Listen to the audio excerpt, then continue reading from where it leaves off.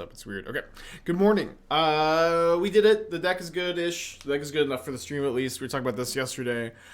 This is something I've had in my drafts for a while, and I brought it up yesterday on stream because I wasn't sure if there was a better way to win the game after you mill your entire library than just Rites on Oracle. And after some conversation, I think that we realized this is just the best way to go about it. So this is a new combo deck, new combo brew, yet another Leyline Binding Shadow Prophecy deck, but it is also true, like, these cards really do enable combo decks pretty well, but we can talk about that some more later.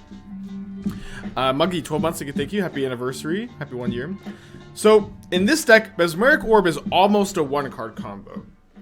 Or at least Mesmeric Orb is a one-card combo in the sense that you can cast just Mesmeric Orb, and with no other tutoring or card selection, this card will eventually win the game by itself as long as you get, have 4 lands in play total. Which is pretty powerful for a 2-mana card. Just put it into play. Eventually, this card will win the game by itself. Because Mesmeric Orb is going to be milling your library, and eventually you'll be milling over 2 copies of Fatestitcher. You will unearth both copies of Fatestitcher. The Fatestitchers will untap each other. You'll mill your entire library, and then you'll Rites and Oracle. Now, because Fatestitcher itself can't be countered, there's going to be, I think, a lot of situations where you mill your entire library and you Rites or Oracle and your opponent just has a piece of counter magic. But never fear, you have a copy of Memory's Journey and a Spara's Headquarters that you tutor up pretty aggressively with 12 fetch lands, 2 Memory's Journey, 2 Oracles to the top of your library. So, or potentially even like, Teferi Time Raveler into 2 Oracles or, some protection just to, have 2 more chances to win the game the following turns, forcing your opponents just to have more and more interaction. Although I do think against Counterspell decks, you're probably going to be setting out the Memory's Journey most of the time. Against non-Counterspell decks.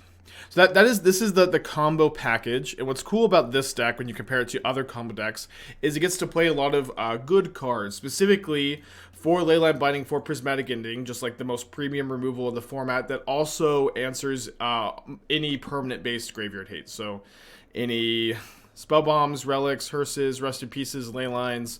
I guess you can Prismatic Ending Leyline, but Binding's a bit better against that. You just have a lot of answers to graveyard hate with these cards, a lot of answers to graveyard hate with Counterspell, Teferi Time Raveler. These can answer Endurance. Just a lot of nice premium interaction. And the card that really does tie the room together and I think enables the deck in the first place is Shadow Prophecy, a card that I definitely initially overlooked when the set was spoiled.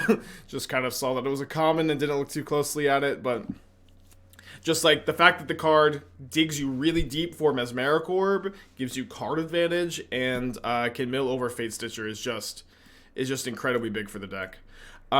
Yesterday I found that Faithful Mending was a pretty important card to be playing so that you can discard Fatestitchers from your hand to the graveyard. That's something I found myself wanting to do pretty often. I think with 4 Mesmeric Orbs and you're playing 3 Mendings, you're going to mill over a Mending even if you don't draw one pretty often to ditch Fatestitchers when you need to. Is a single Jack-o'-lantern better than Spara's? Well, so you were definitely going to play the Spara's no matter what, and we'll talk a little bit about the mana we can. But you could play a single Jack-o'-lantern. I just kind of felt like in my testing last night, there was never a situation where I didn't have Spara's Headquarters in play. I have 12 fetch lands, and all of them find the Headquarters. And the deck is already playing 12 combo cards. I would kind of wanted to get that number down as low as I could. And so I know I had a Jack-o'-lantern in the draft from yesterday, but I decided to cut the Jack-o'-lantern for today.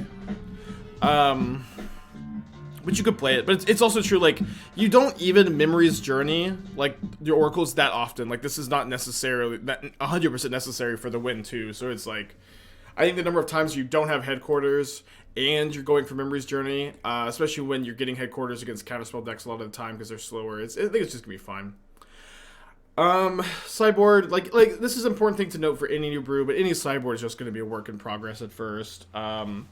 I think the Leyline of the Voids are pretty important because Mesmeric Orb is so bad against graveyard-focused combo decks, Dredge particularly, but when this card turns on your opponent's deck, you really want to be able to just have Leyline of the Void to stop that. Stony Silence against graveyard-based, or artifact-based graveyard hate. Pithing Needle against Besiege, Rin and 6 mostly. Yawgmoth, Portable Hole, pretty versatile answer.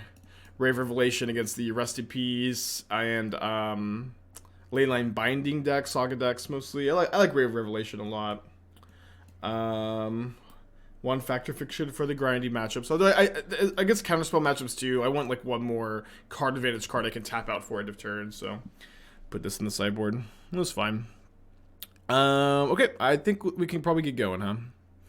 Oh, sorry, the mana a little bit. So Xander's Lounge, Spara's Headquarters is I believe the only combination of blue triomes that are fetchable off of Marsh Flats, Polluted Delta, Flooded Strand, while also giving you full access to domain. Just like a small thing to note here. And then both of them can pair with Lounge can pair with Watery Grave, and Headquarters can pair with Headquarters can pair with Watery Grave, Lounge can pair with Hallowed Fountain to cast a 2-mana Leyline Binding. Just small thing to note.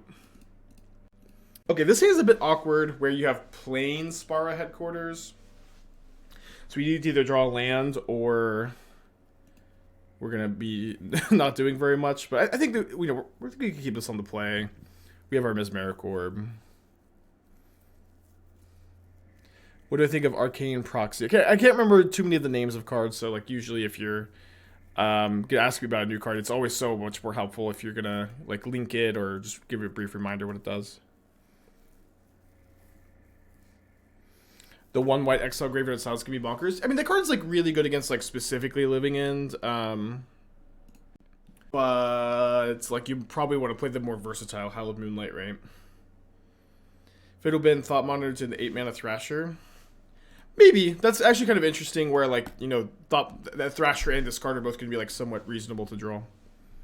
Oh, that's Arcane Proxy, the Exile Graveyard and Silence? I don't think that was the name of the card. The prototype that exiles a card costs for free. I think the card is interesting. It's going to require some brewing around. I think, like, okay, awesome. Love to draw the land here.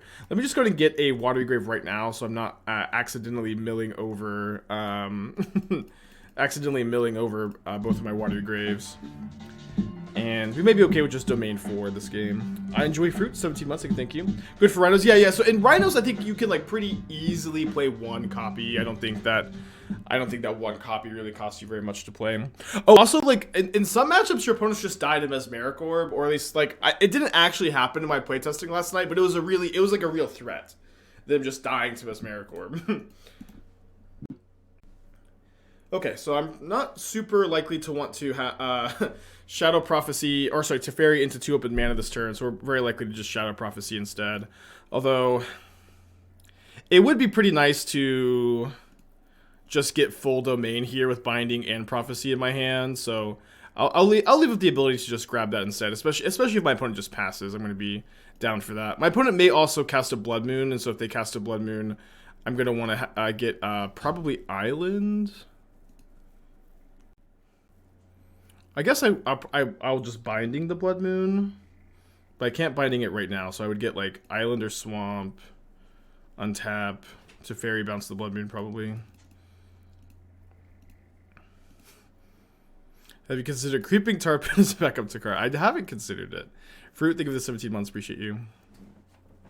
Oh, we have Lucy opening the door herself and joining us today. Getting settled in. Shouldn't normal Boros Lotus Field be playing Leyline instead of Rip in sideboard for Graveyard Hate since you have Flagstones? Why do you have to play Rip? Recipes is better than Leyline being 2 mana and, you know, better top deck, but you can cast Leyline somewhat easily. You could be right, you know, especially if you're going to play Karuga. That's the better way to go. No tap lands end of turn. Oh, sorry, I should have tapped lands end of turn. You know, this is important to note. This is a new combo deck. It's just going to take some time to get used to the sequencing.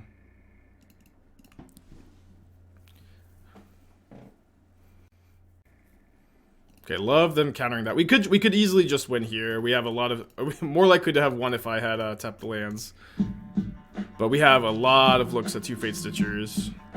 Although so far 0 Fatestitchers. I think I'm gonna take Flooded Strand, Shadow Prophecy here.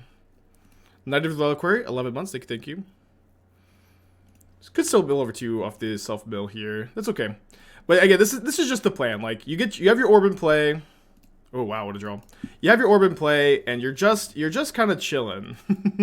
You're just chilling until you mill over 2 Stitchers, and you get to mill so many cards, you know, and they just pack it in.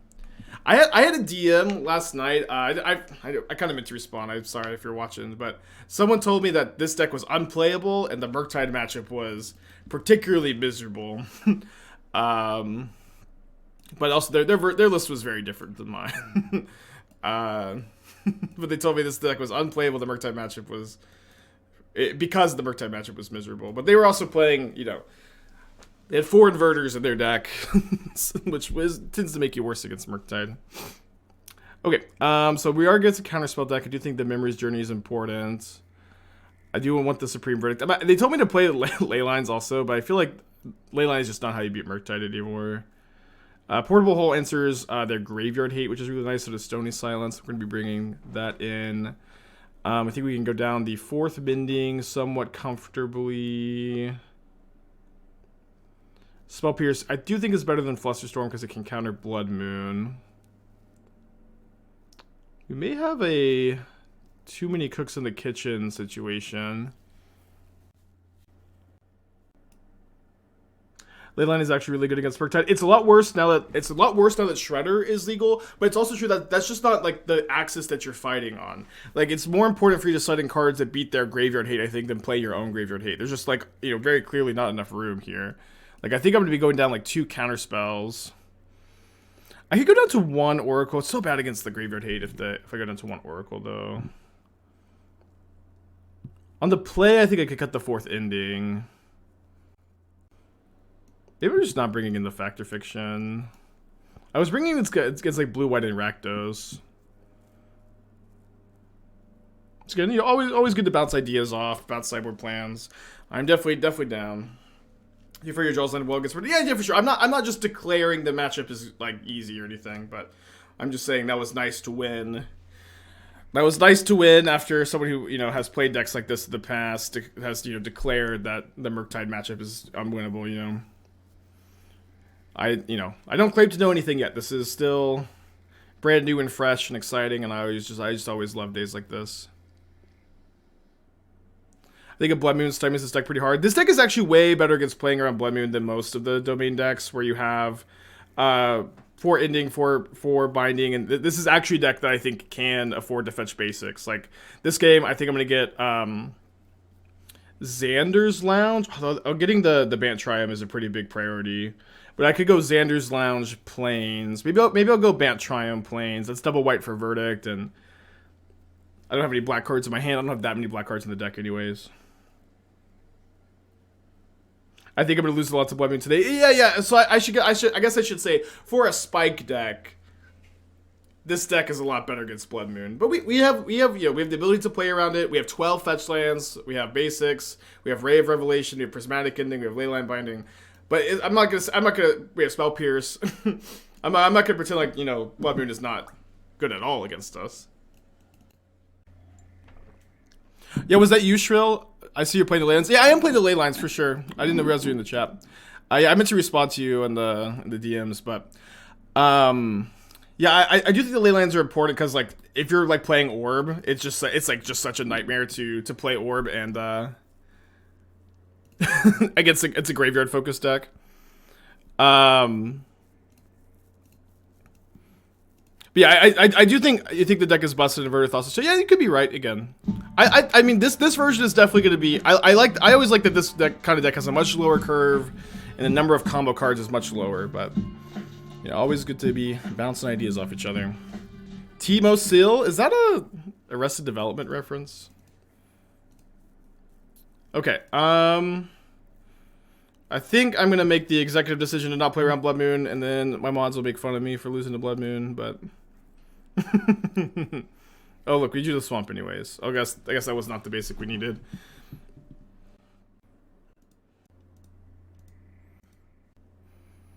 There's no I in Timosil, at least not where you think.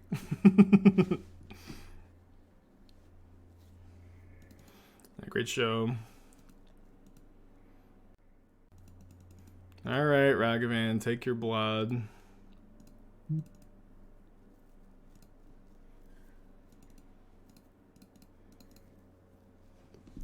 feel like this probably gets Spell Pierce or something. I'm obviously casting it. Okay, let's take Binding Prophecy. Might have to go to discard this turn.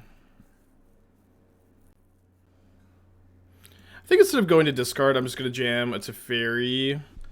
You know, losing a resource in this matchup is pretty, you know, unenviable.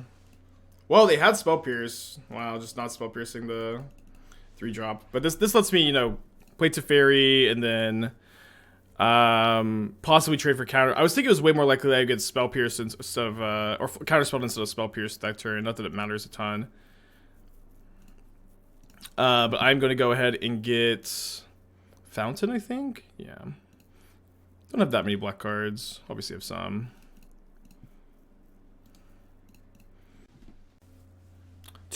I'm kind of shocked that they would have 2 Spell Pierces in their hand and not Spell Pierce the Shadow Prophecy. And then they hit Teferi, which obviously sucks. Yeah, I get Spell Pierce more than anybody else, huh? They're just going to cast Ragavan? They are just going to cast Ragavan. It's interesting.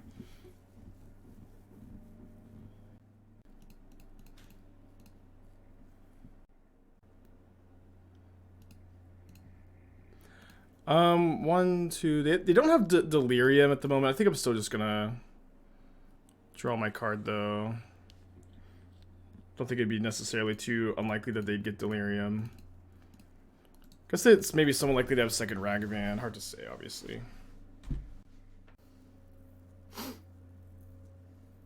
Is the combo just put 2 play fixtures to place Orb? Yeah, but what's cool is like Orb just kind of passively self-mills you so much. I haven't found too much difficulty finding the Fatestitchers, you know. Wow, they're ignoring Teferi. Uh-oh. So that's not the end of the game. But it makes comboing harder. I may just be not playing the Orb until I draw an Oracle, but we do still have the Memory's Journey to like just mill our libraries, then Journey Oracle to the top.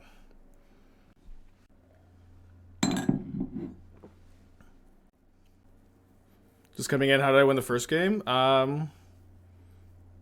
Via my opponent conceding to Teferi, like probably a little fast, huh? So I'm playing Murktide. I would love to draw like a white fetch land and be able to go like Binding Teferi and then instant speed Verdict when they dash their Ragavan.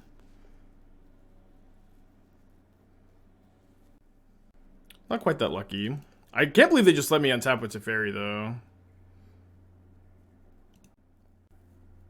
Not really sure what I'm doing exactly here. He qualifiers this weekend? Probably not this weekend. I'm still like a little weary from Vegas. Holding up all the answers seems sweet. My opponent has Teferi Time Raveler in play. My opponent has Teferi Time Raveler in play. I agree, holding up all the answers seems sweet. They stole my Teferi. I'd be on board, usually. So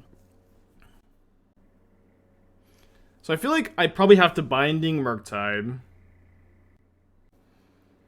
And then probably Shadow Prophecy, and then try to find... I'm not going to play around bolts, because I feel like they might have bolted the Teferi. Try to Shadow Prophecy for like a white fetch, and so I can play Plains. Or just draw the Plains. And there's one Fatestitcher milled over.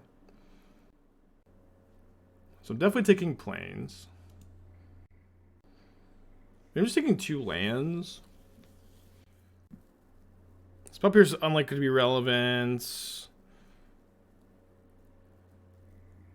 We're not just Binding Teferi, hold up Verdict. I don't have 3 white. I said at the start of this turn I needed to draw a 3rd white source so I could take that line.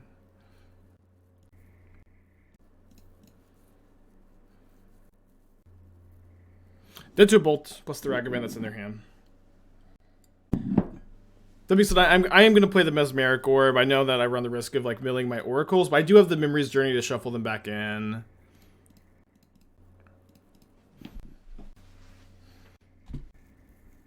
Yeah, I agree. I doubt they have too many lightning bolts in their deck post board. Ultville, thank you for the tier 1. Appreciate you. Yeah, so they did also Ragavan. This Ragavan was really good, exiled by a Teferi and the Unburial Rites, so I can't combo super traditionally anymore. Although with so much mana, I may be able to go Fatestitcher, mill over my Faithful Mending, Memory's Journey and Oracle to the top, draw it off of Mending, then win the game. So if my opponent doesn't kill the Teferi again, we could be in really good shape. How do you feel about a card like Journey to Nowhere being printed into Pioneer, an unconditional 2-mana exile removal spell that can be interacted with? I think that would be fine. I don't, you know. I agree one big issue Pioneer has is like a general lack of quality removal spells. Be pretty shocked if my opponent didn't have Counterspell here.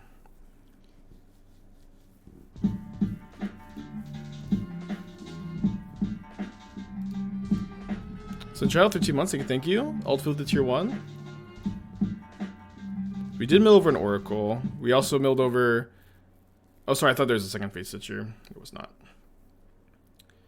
Okay. So I think I'm just going to go start off Prismatic Ending on Teferi. Oh, both the Oracles. We still have the shuffle card. Okay. So I can't shock in the Watery Grave.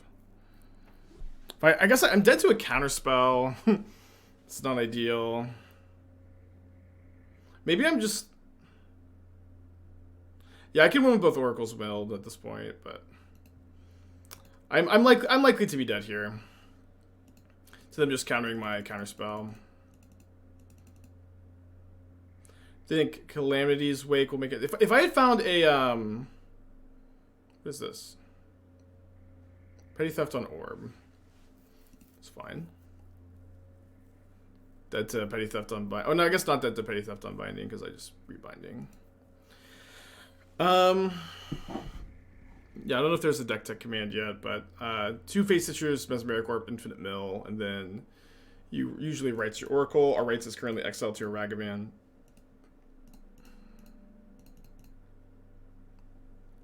Dead to Lean Bolts, Ragavan, Counterspell. Yeah, Ragavan definitely won this game, huh? Ragavan, great against combo decks. Welcome to Modern. Okay, I do think on the play, I'm interested in cutting one of my endings. I think I'll be playing third Counterspell in its place. Flashback Mending plays around second Ragavan. Yeah, but the thing is, I want to keep the Mending in my yard so I can win immediately when I mill my library. So I can go, Orb, Journey, Mending, Oracle. When running a Braid is important to note. Yeah, for sure. Okay, keep this.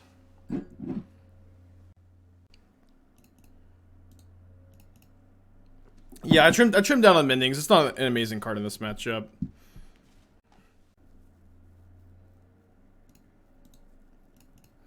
Okay, so I can Counterspell turn 3 Blood Moon. So I'll get my Xander's Lounge, and then I'll start to get basics off of this, but prioritize planes. We're playing Trickery in Atlanta. So the thing is, like, you have to, like, test the new version with the Future Sight card. But I also, like, had a pretty bad run with it yesterday, so... I'm probably off of it for Atlanta. Not that I was ever 100% on it or anything. So my opponent just, like, let Shadow Prophecy resolve last game, so I think that I'm, you know, pretty happy to just, you know, be casting that this turn.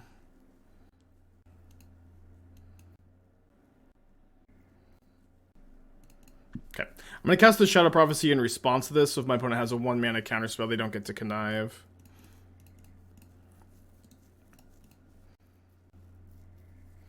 Yeah, but it seems like they're not super interested in countering that card. Okay. Love to mill over Fatestitcher. Memory's Journey is good to mill over. I'll take the Supreme Verdict, and then the basic Swamp helps me play around the Blood Moon, or potential Blood Moon.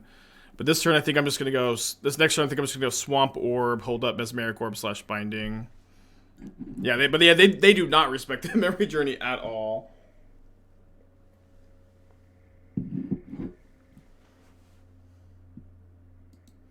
Also, say, hey, Doom, when is Atlanta? What day are the qualifiers? Because I haven't booked my flight yet, but I want to book them tonight. Well, the Shadow Prophecy is interesting this turn. I feel like the fact that I get to very likely stick Orb is going to put me on the Orb this turn, though. Because I can just pay for Spell Pierce. Thoughts on Ron, Reanimator, Transformer to sideboard? I mean, that's something to consider, for sure. But it's just like, questions like this are really tough to answer. Like, you know, you say the words Reanimator, Transformer to sideboard, but like, I'm the one that has to like, you know, build it in my head on the spot. Which I can't just do for you immediately, you know what I mean? What are we transforming into? What are we taking in, taking out? It's just very complicated, but it's something you can think about. But honestly, for me, the biggest weakness Reanimator has is to Blood Moon, and it's kind of hard, you know. You could sideboard against that in some ways. The website says Friday. I also am booked. Okay. Friday the 18th. Okay, so I'll try to get in Thursday night. Transforming should dodge the hate they're already bringing in. Well, yeah, so like my current Reanimator plan involves nothing but hate cards for the hate cards. So, or almost exclusively hate cards for the hate cards. Okay, so I can go Godless Shrine, 3 mana Binding, Blood Moon, hold up Counterspell. Build over an Oracle.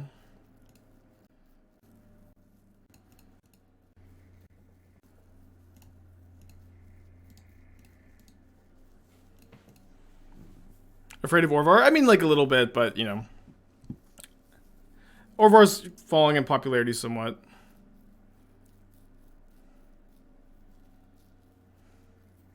Oh, another Blood Moon gone, so they probably have one more tops, maybe 0 left. Stop Ragavanding me.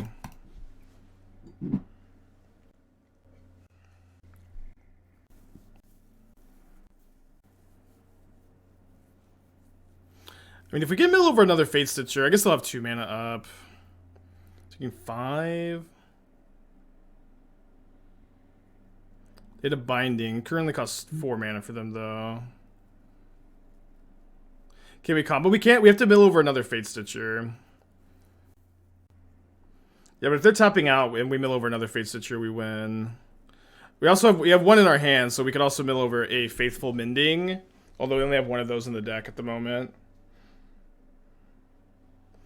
7. We can also just Verdict. They only have 2 cards in their hand. Oh, we milled over the Fatestitcher. Let's go. Okay. Just trying to think. I think Fetch Shock Blue Source plays around Force of Negation the best. Assuming I have one still in my deck. I guess I should have double checked. Okay, I do have stuff too. I think it's the first time we're executing the combo.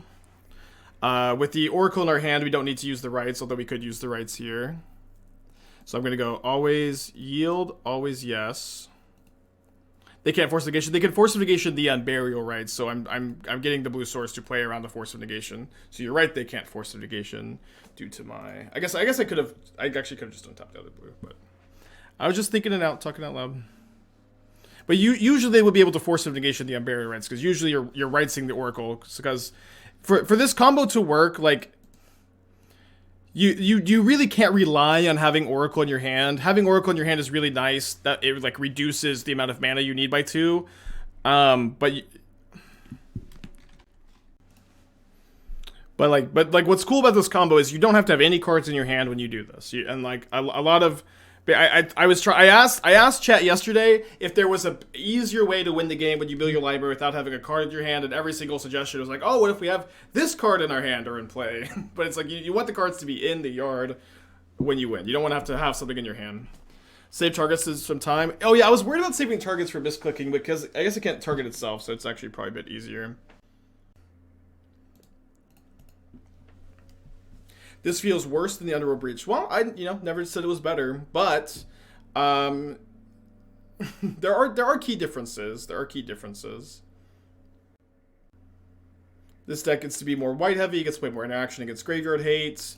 The deck, it's kind of like a 1-card combo instead of a 2-card combo. You could call Breach a 1-card combo sometimes too. It may be worse than Breach. Looks like we're up against Murktide again. Yeah, I think Salvage Strange is too many cards. How about as Jeskai Ascendancy in Modern? There's one player who plays it a ton and like wins a lot with it. You know, Underworld Breach combo is one of the best decks of the formats. I don't know how good this deck is yet. I haven't played enough with it, but I've liked it a lot in my playtesting. It's felt playable at least, and you know that's what we do here. We try to find playable modern decks and then work on them. Classic Doom. What the fuck on card evaluation? Oh wait, this is fine. Whoa, sneak attack for artifacts, but it costs 4 mana to activate. It's pretty sick. I will say though, you know, the fact that like, you know, beating Murktide with a combo deck is always exciting because Murktide tends to be your worst matchup. I do agree. I guess I'm just gonna try to get one of each basic.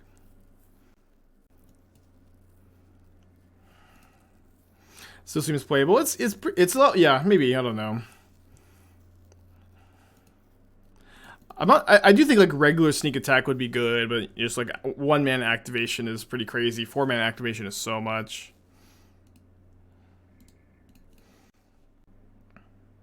I guess not Murktide has no creatures. No, they're like almost definitely Murktide with the bobble red mana. They just didn't draw a creature.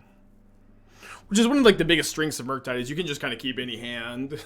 You don't really need to like have like specific combination of threats and stuff. So what, Goblin Blast Runner? I haven't seen that card. 3/2 -1 drop?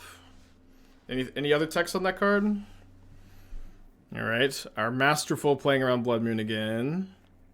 I will defeat my mods.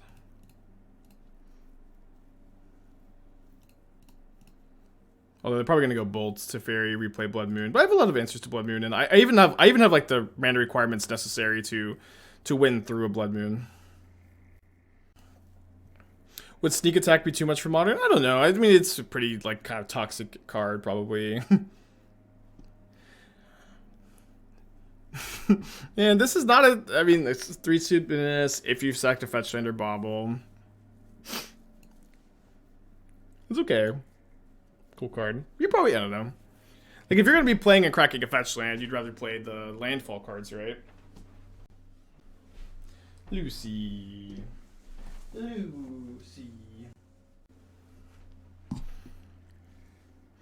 Yeah, we're just back-to-back Murktides today. Lots of One on Earth. I had a copy of Unearth in my earlier piles, and then like in playtesting, it was just like never necessary, and I wanted to reduce the number of combo cards as much as I could.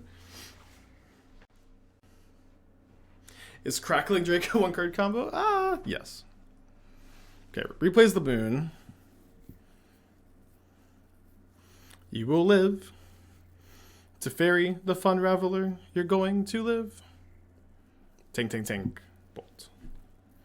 We probably have Bolt and Heat.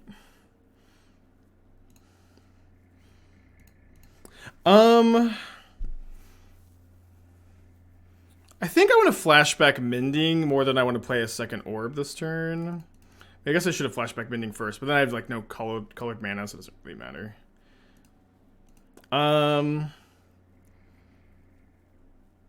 I guess I need to keep the Memory's Journey in my hand, actually. Because I might not have green mana to flash it back.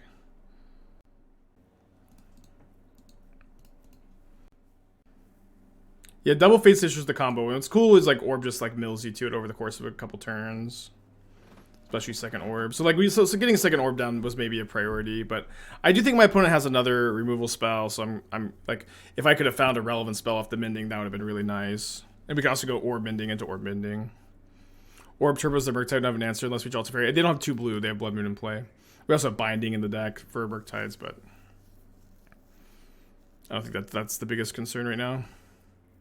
How do you want to cast the Prophecy? I mean, draw a Swamp. I mean, you can't cast the Counterspell either. I don't know. What do you want to discard? Because like, I can't cast this from the graveyard. I can cast this from my hand. The Exile Murktide, which I can't cast.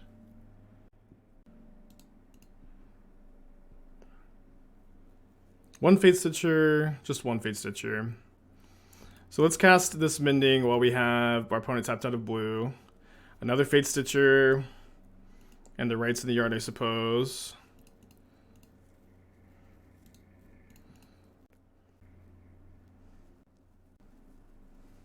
Although I guess if we're casting Memory's Journey, I guess we have the Island of the Yard. We can Memory's Journey, Island, Oracle potentially. But we're pretty cold to just a burn spell here.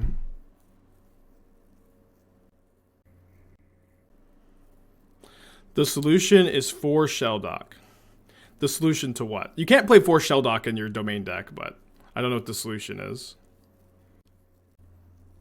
I know it's a Donbo. Okay. Is Shelldock on the list? You can't play Shelldock. You can't play 4 Shelldocks in your Leyline Binding Shadow Prophecy deck. I'm not really sure exactly, like if you don't hit exactly Thassa's Oracle off of Shelldock, that card doesn't do anything, right? What am I missing? I can find you like a Teferi or something, I guess. I don't really know.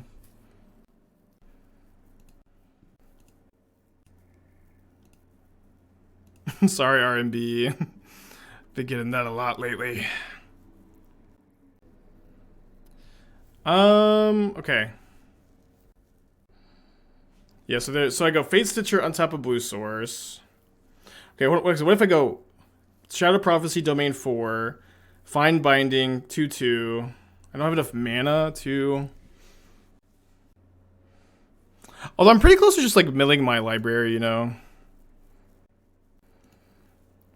Like without too much help, and just like if they don't have mana for Counterspell, I'm not sure what they're really doing here.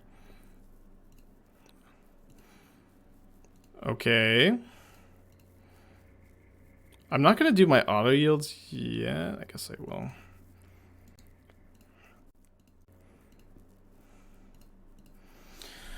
Well, it sure is nice when they just don't have it.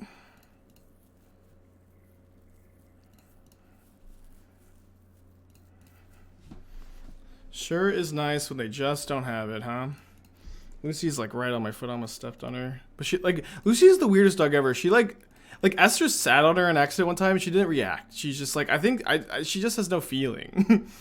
She's just so strong. Her power level's off the charts.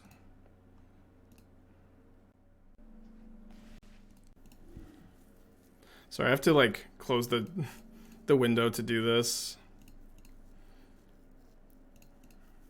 Because otherwise the Stitchers are dancing around. They have no blue, they can't counter. Yeah, they can't counter. But they could use a removal spell to kill a Fatestitcher. And like usually you could play around that with just another blue mana and like the third Fatestitcher in the yard, but we were Blood Mooned. Whereas Lucy came, I turned it off because she wasn't in the share, but she just got back in. Okay, so obviously figuring out sideboard plans. So on the draw, I did something like this, and then on the play, I was on 3rd Counterspell over 4th Ending.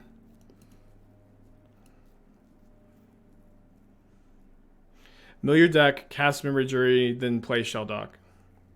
Yeah, but Shelldock is tapped. That wins next turn, not immediately. And then it's also like, if you're gonna Memory Journey Shelldock, any of the suggestions that are like, how do you win? Yeah, rights on Thassa. Any suggestion that's just like, have this card in your hand when you mill your library, I'm not that into. Anything that's like, have a Shelldock is worse than just having an Oracle in your hand, or you know, have this when you're milling your library. It's just not something I'm that interested in, because you could win without having any card in your hand, any specific card in your hand, and you just don't I think need anything extra, any like, you know, anything extra. When a Ray of Revelation Breathing has out to Moon. Well, you already have like 8 outs to Blood Moon, although like it's true like Ray is better against Moon. I think that like you don't want such a narrow card against Murktide. But again, you know, I'm figuring out the sideboard plans. You could. Fatestitcher untap good enough? Yeah, I guess I'm confused. Oh, Fatestitcher untaps the Shelldock. That is better. That is definitely better. Fatestitcher untaps the Shelldock. But like, how are we getting the Shelldock into our hand when we mill our library? Is it Memory's Journey? Because like, if you just put Shelldock as the only card on top, you're not guaranteed to draw the Memory's Journey.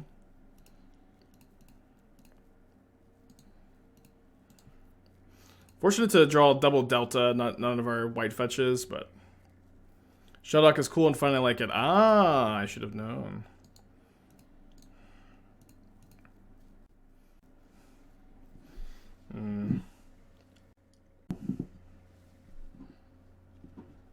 Alright, -1 Fatestitcher. These Ragavants have definitely been pretty good against us today.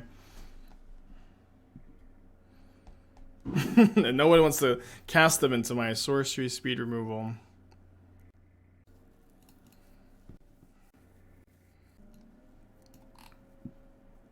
Sultai Delirium and Pioneer. 3 Search for Ascantas is almost definitely too many Search for Ascantas. You also can't play 4 Commune with the Gods in a deck that only plays 6 enchantments. Like, this is... Commune doesn't hit lands. Oh, so it gets creatures. Oh, sorry, I thought Commune was only creatures. Okay. Still, you only have 16 hits for Commune. You need to play, like, 20 minimum, I think. Flashback Creeping Renaissance on Shelldock. Ooh, easy peasy. Rippers, you got Pioneer new cards. You gotta tune in when the new cards come out. I don't know. And this is just like... I'm gonna make Tolarian Terror work the deck. And... Tolarian Terror is a card with a lot of issues in its like deck requirements. And... Commune with the Gods is a 2-mana sorcery speed spell. It doesn't impact the board. I had a brew with Commune recently that I really disliked, actually. But it's a 2-mana sorcery speed spell in a format where your opponents are like, very, very fast and very dangerous.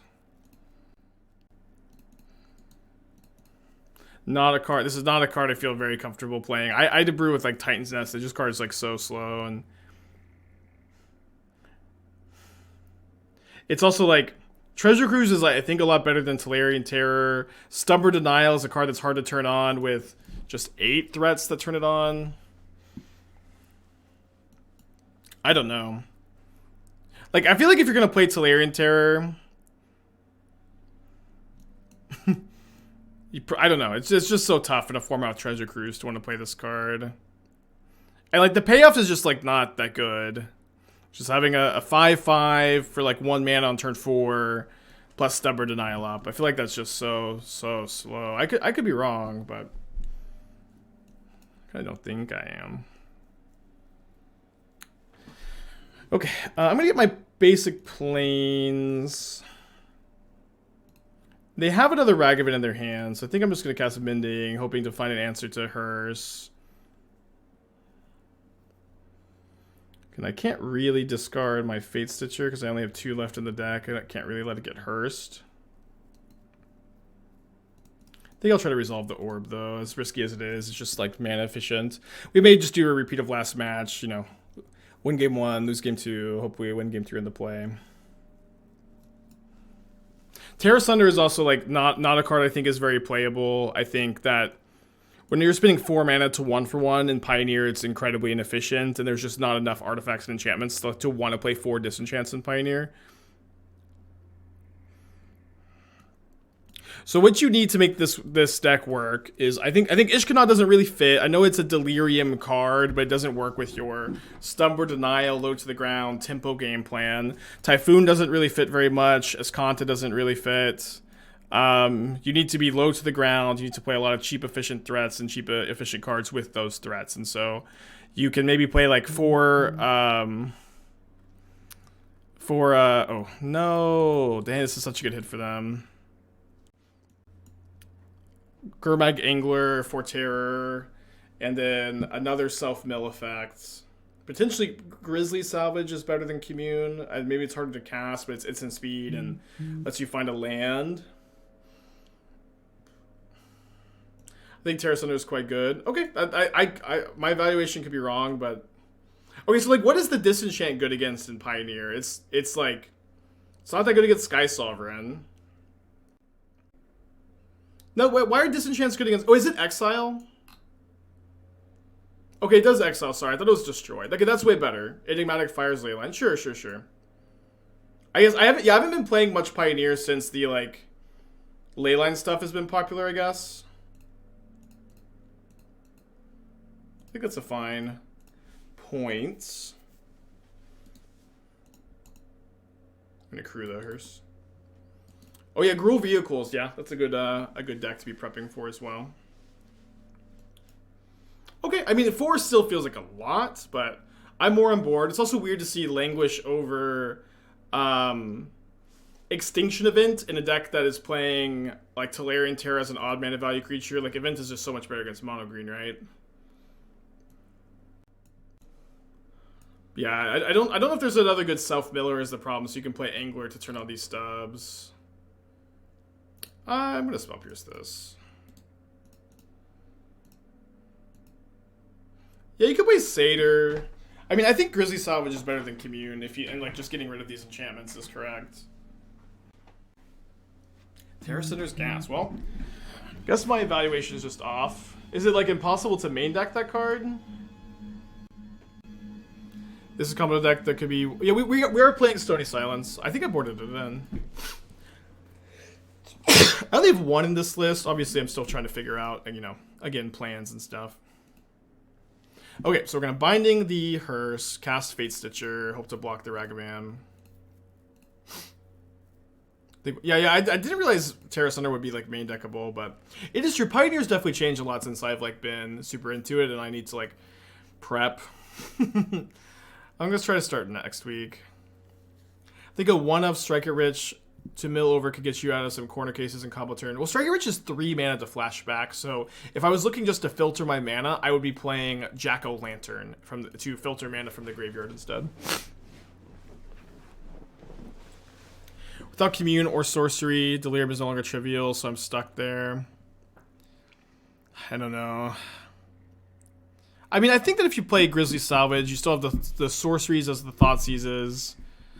You could still play, like... I guess you might just have to play Satyr Wayfinder. I mean, that's the problem, is, like... Grizzly Salvage is fine. I think everything else kind of sucks. You could play maybe Founding the Third Path. Like a couple Founding the Third Paths. Which is an enchantment, which helps the Delirium a lot. But your only Delirium payoff is, you know, Grimflayer. Maybe Supplier. I really, really dislike Supplier in decks that have no cards that are good in the graveyard. Just as the self-mill, you know. So notably with Stony Silence in play, they can't cast any white or black spell. But they just get rid of the Flooded Strand from the top. Play a Shredder. We're going to have a hard time winning this game. But this is maybe, like, the only card that gives me any hope. They probably have a Counterspell, I guess. Thoughts on Arcane Proxy? That card is good. Where it fits is a bit tricky. Like, I think it's like a kind of a clean 1-of in Rhinos. I think it's kind of like a clean 1-of in Rhinos. Okay, so we bounce the Shredder. Would love to be able to bounce the Portable Hole. We have to bounce the Shredder. Okay, we drew Orb, which means if my opponent doesn't have a Bolt, I have a chance to win next turn if I mill over another Fatestitcher, although they exiled 1 with a Ragavan earlier, so I have 2 left in the library.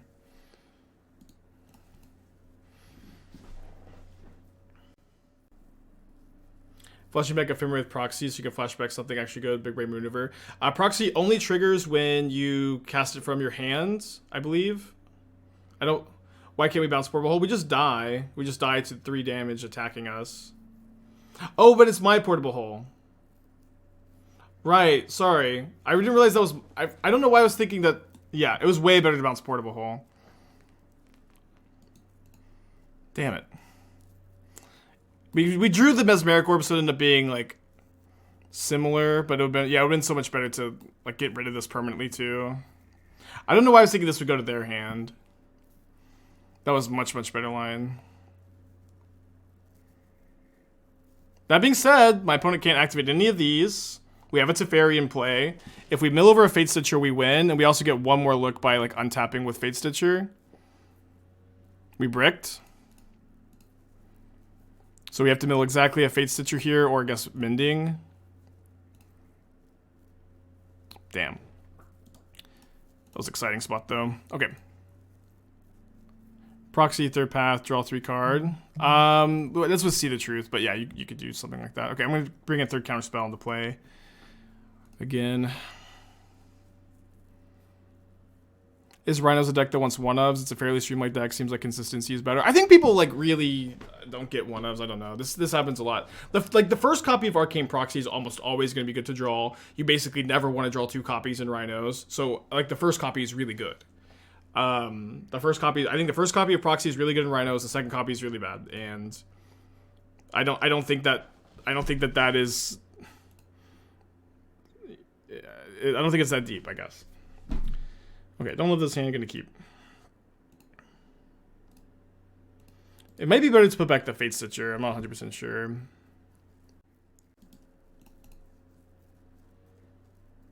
Why Leyline is graveyard hate? I mean, when you're playing Mesmeric Orb, you do need graveyard hate, I think, and that card's 0 mana. And you don't want to play Rest in Peace because you don't want I don't know what graveyard hate you want to play instead, because you don't want to affect your own graveyard, and the artifact graveyard hate is kind of inefficient. Maybe it's best to not play into Spell Pierce. I don't know. I should just jam this. I get Spell Pierce so much though. Yeah, you can have a second in the sideboard, but yeah, the first copy seems really good. The second copy seems really bad. So just play one. Yeah, so the general idea is that you want to get Mesmeric Orb into play, then mill over 2 Fatestitchers, or discard them with Mending. Then that lets you mill your library infinitely, and you get to Oracle. And so it's kind of like Orb is a 1-card combo. I mean, kind of not really, but it does work that way a lot of the time. Is March of Otherworld like, considering since Ragavan is the deck's main weakness? I mean, you have a lot of answers to Ragavan.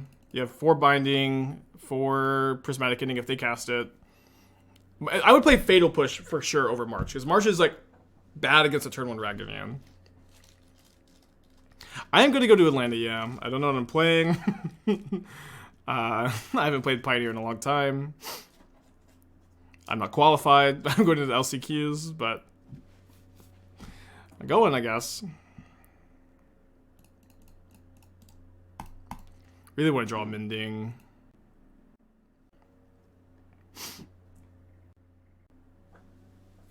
So maybe they had the Spell Pierce and they just didn't want to counter the Stony Silence.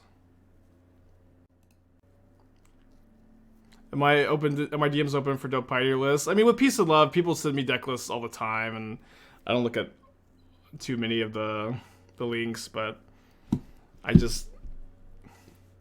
not that interested, I guess, because there's just like so much to sift through, you know. I'd highly recommend Mono Blue Spirits. I think Mono Blue is pretty good. I'm definitely considering it.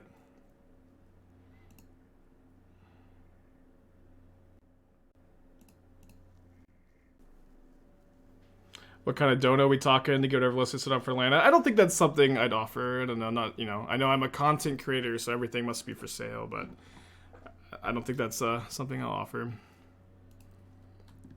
Not gonna run Trickery for Paper Pioneer. I think the win percentage isn't high enough.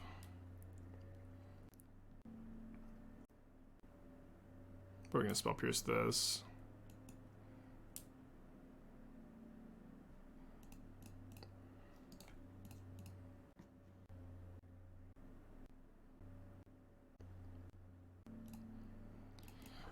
Alright, casting Fatestitchers. We draw a Mesmeric Orb. We have a lot of good draws. Teferi, Shadow Prophecy, Mesmeric Orb, Faithful Mending. Although I actually only have 1 Mending in the deck at the moment. It has a price, for sure. I hate this. This is always my least favorite comment. It has a price, Spike. I know. Obviously it has a price, but it's just like... you know, shut up. Shit has a price, Spike. Let's figure out what it is.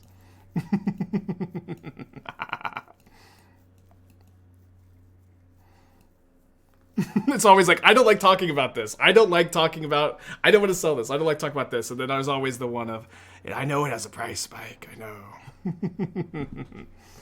Okay. I can Fatestitcher to tap these down. Mod for Slowbro. Alright, I guess that's what we're doing. Lantern control. I guess I'm holding the Spara's headquarters to cycle, probably. I guess if I draw a 3-mana spell to Teferi or Shadow Prophecy, I'm like actually a lot happier to have this in place. We'll play to that. I think binding is healthy for modern. I don't know what's healthy. Everybody's got usually healthy means does binding make my pet deck better? You know what I mean? So if you want to really get to keep them on forever, yeah, or you know until you abuse the privilege, I guess. And make something up like Turbo, Emrakul, Mardu control. Yeah, I do still want to try to figure out, like, I have a lot of brewing to do in Pioneer. I really want to do it, like, all of it off stream so I can try to, like, you know, get an angle and an edge on these LCQs and, like, spike something. But I know I tried that last time and I wasn't able to do it. Pioneer is a format that's very difficult to brew in, to build in. I don't know that I'm going to be capable of, like, of breaking it. So, like, there's also a good chance that I'm playing, you know, a somewhat stock list, right? And if I'm doing that, I also kind of want it to just, you know, be a secret. You know, the last RCQ, sorry, not the last one, but one of the last RCQs I played at, my round 1 opponent sits down. Before, it doesn't say hi, doesn't say how you doing, says, hey, don't you think it's a big disadvantage that your opponents know what you're playing before you sit down? And I just go, yep. Yep. Very likely to win if we draw an orb. Ooh, instep, dress down. Interesting. So this means if we draw an orb right now, we're not winning the game on the spot. I'd say unhealthy means that it warps main decks and the formats around it, beating the cards are playing it. By that definition, is totally fine. I don't know. I don't know. I get it. Everybody has their own definition. If that's your definition, that's fine. Okay, I'm not going to tap one of their lands because I might want to tap a Ragavan. Fatestitcher control, baby. Fatestitcher control. Can this combo win on opponent's turn? If you have a Teferi, you can. Can instant speed the rights. Yeah, I think that the win percentage for Trickery is just not high enough. I think that I would really want it to be like around 60%. It's just not that high. It's also true, like, I played the Trickery deck again last night, and people are like actually feels ready for it. Like there was a lot of like when I first played on stream, people were just like dying on turn 2 constantly, but I had a lot of people like mulliganing to 1 or to 2 to like just find Spell Pierce Thoughtseize or you know one of those 2 cards. And this silly game. They have 5 cards in their hand. Or would it win immediately? It would win immediately because we have these. We can go untap a land, do the loop, and the last one will untap another one. We'd have exactly enough mana, but we wouldn't have enough to orb and then win with Counterspell up. But we could also Counterspell Miller Library or down to like 1, then like try to win the next turn, flashback memory. So it looks like a Murktide Regent here. Do I counter Murktide?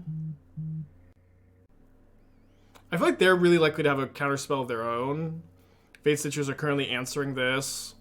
If I draw Prismatic Ending, Portable Hole, Leyline Binding, Teferi, Mesmeric Orb, these are all cards that would have made me wish I didn't counter the Murktide. Oh, second Murktide. I gotta counter that one. Okay, that's easy. Win on time? No, my opponent should have plenty of time, although this is always what happens when you play a Brew.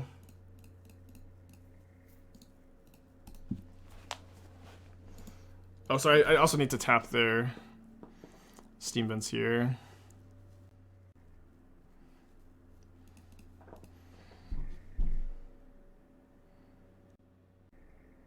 They have 1 card in their hand. They kept a card on top. Can't crack their baubles. Okay. So no reason to tap anything here, I guess. I mean, I guess we could attack for... I'm never attacking here. I don't know what card they kept on top, but we're kind of at parity here. We win if we draw Mesmeric Orb. We have 4 orbs in the deck. Teferi's an insane draw.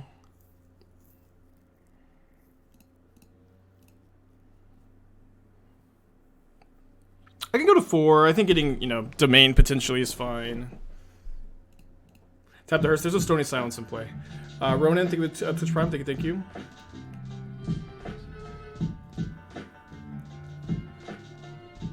Why we brought in the Stony. Yeah, That's a card that makes sense to keep on top, I guess. Yeah, Silence stops the crewing. And the tap.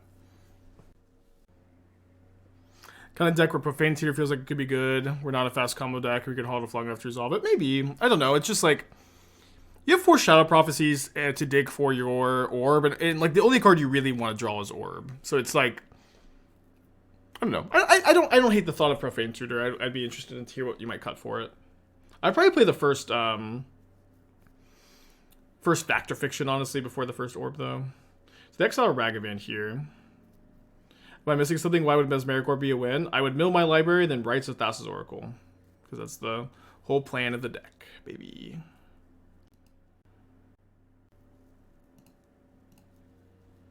Oh, they're not even going to attack with or make me tap this. Is there an artifact Fatestitcher? I don't think that there is a card that's just like a strictly better Fatestitcher, no. I think maybe I'll leave this uncracked.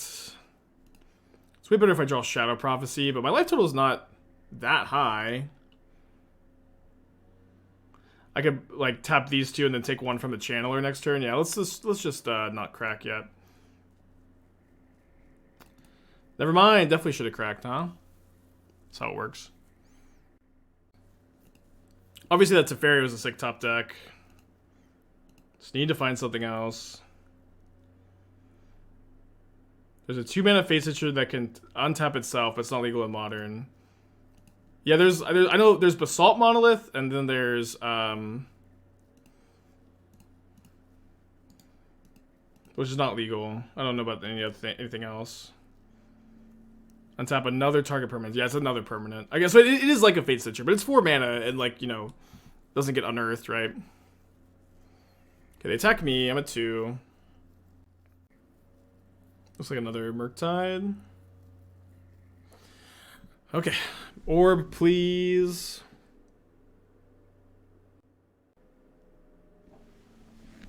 Staying alive, huh?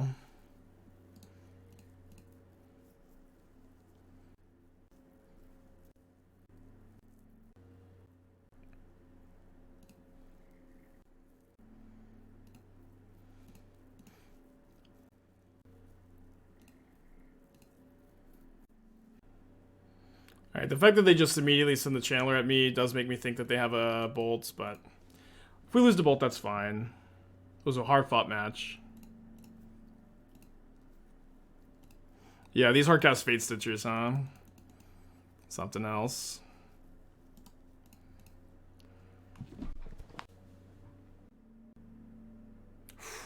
Stony Silence doing work too. Casual 4 for 1.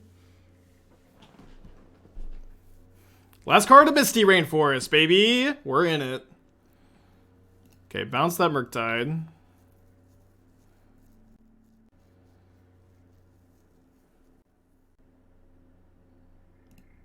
I think we just need to draw cards. Okay. We drew Orb. If I had 1 more life point, I could combo.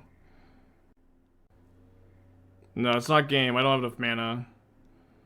Because I could get. I have 1 more island. I don't have another plains or swamp. I almost did in some of my other versions. So I don't have enough life.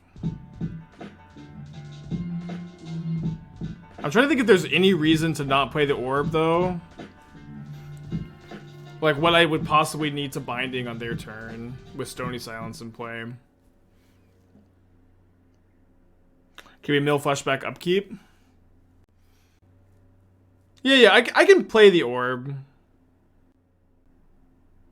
Orb also, like, maybe lets me beat a Bolt. No. Binding up seems best, but, like literally, what does Binding beat right now? I can't Binding a Blood Moon. Oh, no, I can Binding a Blood Moon. I could just, yeah, I have enough. I can Binding a Blood Moon. Okay, that's good enough for me. Pass.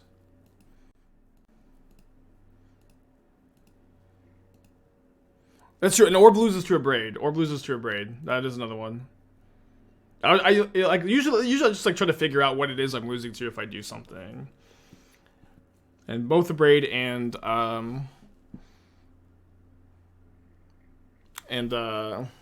Blood Moon seem like good enough for me. they leave a card top? No, they didn't. They graveyarded Misty. So obviously, like, probably bolt or bust for them. They've already. I don't know how many bolts they have in the deck though. Like they've already used 2, so it's kind of hard for me to think that they have too many more than that. Isn't playing War better because the opponent draws a counter? So if they draw a counter, they can't counter anything because I have Teferi in play. Don't you play Orb to bait counter and let him run out of clock? No, I'm not. I don't ever play to clock. But that's also not necessary here. All right, so we'll start off by casting Shadow Prophecy. Wait, no! You're at 2 life. No. Okay, always yes, always yield. Always yes.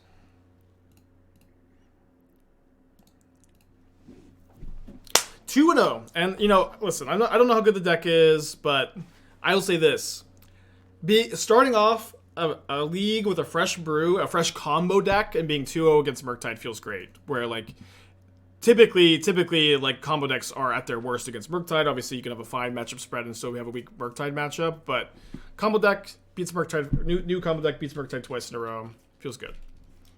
We can keep this.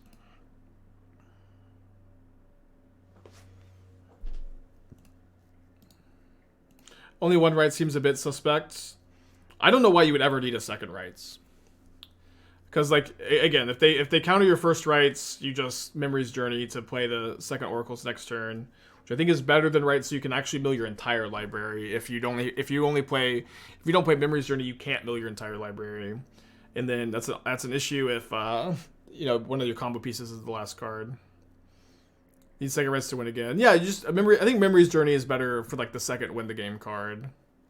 Because Memory's Journey also sets up the win next turn, but it sets up two following wins instead of just 1. Because you put 2 Oracles on top, and so they have to have 3 counterspells instead of just 1. Yeah, this jacket is sick. I know you guys can't really see it so well, but I've been loving it. Yeah, this is going to be a Xander's Lounge hand, unless I need to Spell Pierce something turn 1. But like, if they're going to Lava Spike me, I'm not going to Fetch Shock to Spell Pierce. I want to Spell Pierce that one. I think maybe this is fine for me. Yeah, actually, I don't care that much about this resolving. It could be good for me. Uh-oh. Maybe that was a little bit too cute. Ah! I could have Spell Pierced it. Damn it.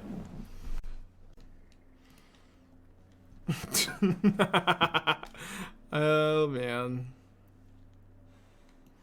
Okay, I'll bring in those ley lines. I don't know. I was thinking that they could mill over. They could like make me discard cards I'd want to discard, and then I'd show them.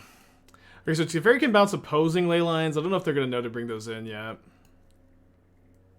I think that I'm not that into Counterspell either.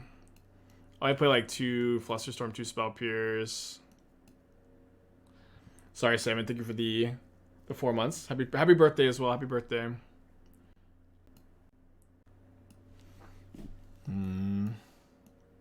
I got like 2 Teferis. What's the game plan versus Graveyard Hate? Well, we have 4 Prismatic Ending, 4 Leyline Binding, 4 Teferi, 4 Counterspell, 2 Spell Pierce, Stony Silence, Portable Hole, Ray of Revelation. So we have some cards in the deck that are good against Graveyard Hate. Oh, that's true. I mean, the Prismatic. Yeah, you're right. The Prismatic Endings are kind of mid. I saw a Crab, so I'll play like 2. Oh, that's maybe too late. Yeah, a little too late. Okay, we don't have a Leyline. It's awkward to have Orb plus no Leyline, but we do have a Verdict too. Sorry, and we have, you know, interaction for there's some of their enablers, so I'll keep. Probably can't Spell Pierce anything off a Breeding Pool. Can Spell Pierce that one.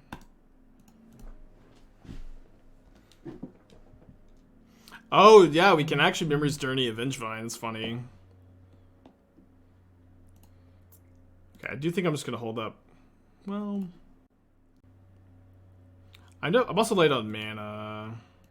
Yeah, it's so risky to play the Orb right now. Yeah, yeah. Sometimes they'll say, "Oh, lose to the hate," but this deck is like, literally has like 20 plus cards that can deal with graveyard hate. I'm not too worried about it, and card selection too. In fact, you're not the first person to say what about graveyard hate, but it's almost like, did you look at the deck? I've got everything you could possibly want against graveyard hate.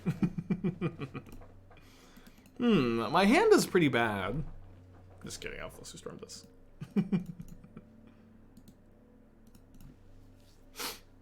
Well, I don't know what else I could be playing for graveyard hate.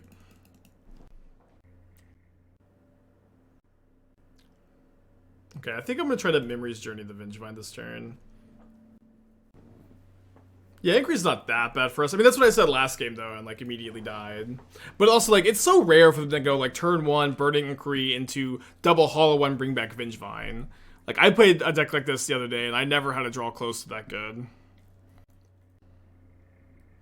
Borg, Goif. Borg, Goif. Borg, Goif. I think I'm gonna cast the Journey still. Oh, wait, no, I get to target the cards. Okay, sorry. I thought for a second I didn't. I will choose Scalding Tarn also to make an Ox of Agonis a bit harder to escape. No, I guess Mesmeric Orb is looking pretty bad on this board, though. I feel like I just can't cast the Orb.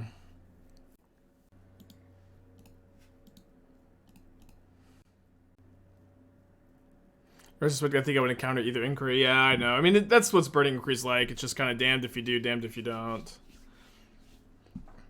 Somehow it just never ends up that good for you. Not on the other end of it. But it did draw me three non-land cards. I'll have to get like a Xander's Lounge into play.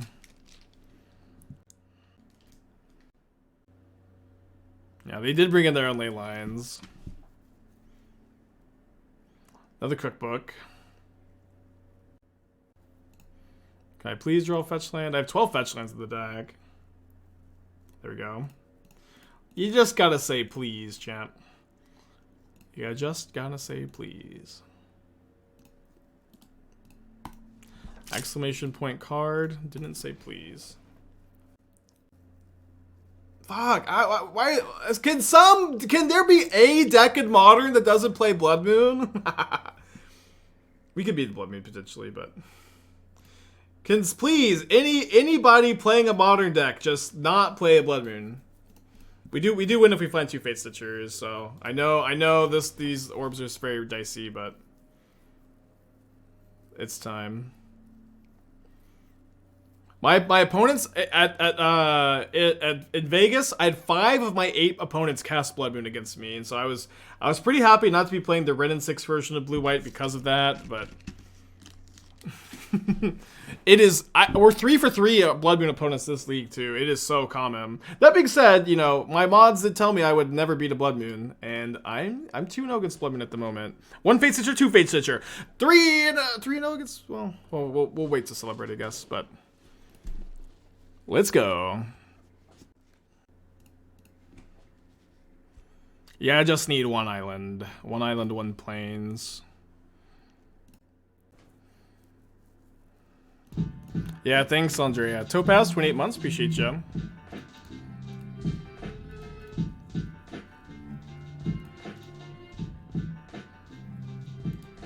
It is cool how like things came around though, because there was a while like post Beseiju, and like nobody really wanted to be registering Blood Moon.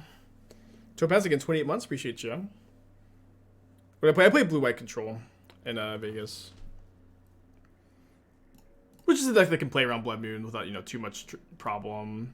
But like the versions with Red and 6 have a much harder time playing around it, which is why I would prefer playing the list I played.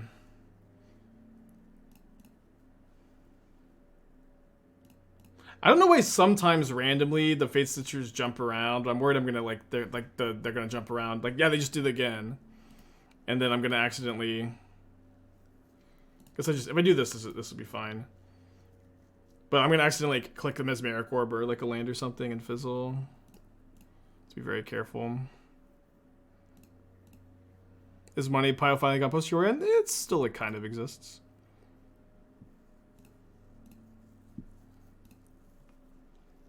So Rites, Oracle. This deck is pretty sick. I'm not sure how good it is yet, but I've been winning, you know, on and off stream so far with it, and if this deck's bad, you know, it is at least very sweet. Okay, so I think I'm gonna go down to 2 endings like I kind of wanted to, or should have earlier. Oh, I bet Portable Hole is actually better than ending because it hits Urborg Glurgoy for 1 mana. I'll play a couple Rave Revelations for their Blood Moons and Leylines. Yeah, beating Blood Moons like crazy. How was I going to win there from only 3 mana? So I did just win there from only 3 mana, but the Fatestitcher untaps the 4th land. So I had 4 mana to Rites the Oracle.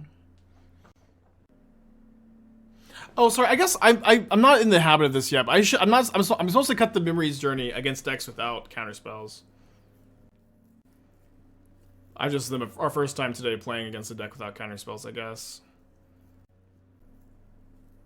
What do you do against Surgical Extraction? Fucking lose, I guess. I mean, you have some counterspells. You have Teferis. You're probably gonna lose if they you're going to lose if they Surgical Oracle. Memory's Journey actually responds to it, so you have some cards, but also like besides Mill and like some Rakdos players, Surgical is pretty uncommon. Why Leyline Avoid main? It's not main. That was a sideboard game. Chat is on one today. Journey is okay versus 3 yard. It's just not like that powerful. It's okay, yeah. You already have 4 Leylines though. I particularly guess this. Yeah. You have some answers for these cards. You have counter magic, but they're good against you. I don't know what to say. 1 Celestial Colonnade would solve that problem, probably. Love to have just a good 7-card Leyline hand. Okay, we don't have that, but I think what we have is a good enough 7-card Leyline hand. And having the Leyline makes this orb much better. We're on the draw. We have 2, 3, 1 mana counter spells that are mid, I guess, but good enough. Gaming 10 months, thank you. Does this deck run 3 bindings? It does, and it also runs a 4th binding too. Kebab, thank you for 13 months. Appreciate you. Lucy is perpetually CP. She just knows it's time. This is nap time, and she plays. And whenever we're free, she's just like non-stop cuddles. She's the sweetest dog ever. Kebab, 13 months. Appreciate you. Yeah, they might cast Burning Inquiry too, and just draw me into lands, or get rid of all my lands. That's the Burning Inquiry pickle. Ooh, easy.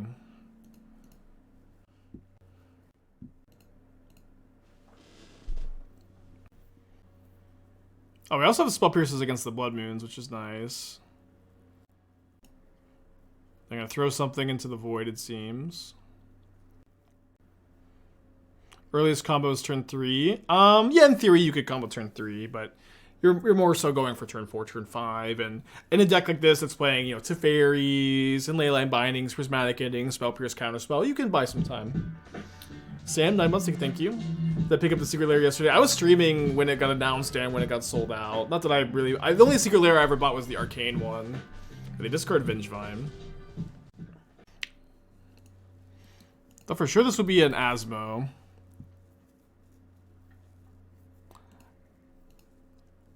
They discarded an Asmo. Cast Hollow one. Okay. Take that. Can get the Xander's Lounge here. Definitely gonna play around Blood Moon, seeing 2 copies last game though. So, and by that I mean I'm not gonna just slam the orb. Not the best draw. I think I would let a Burning Inquiry resolve. Thank you, Bata. Yeah, I really like that video. I was very proud of it. So I guess I'll Spell Pierce the 2nd cookbook. Not that it's really doing much. Well, that's some cast a Hollow one, maybe. Guess we're hoping to find a verdict before I die to the beatdowns. Yeah, so Runner Land is probably easy mode. Mending's a good draw. People in Vegas got the alpha proxy packs for free. Yeah, I was not one of those people. I think you had to have yeah, I'm just gonna get the Bant Triumph. I think you had to have like one of the packages that was a bit more premium than mine. I guess I'm not that likely to have to counter something. And I can still counter something if I do this. And then this gives me outs to draw Faithful Mending or mill over Faithful Mending. Don't have enough mana to mill over another 2 Fatestitchers, but...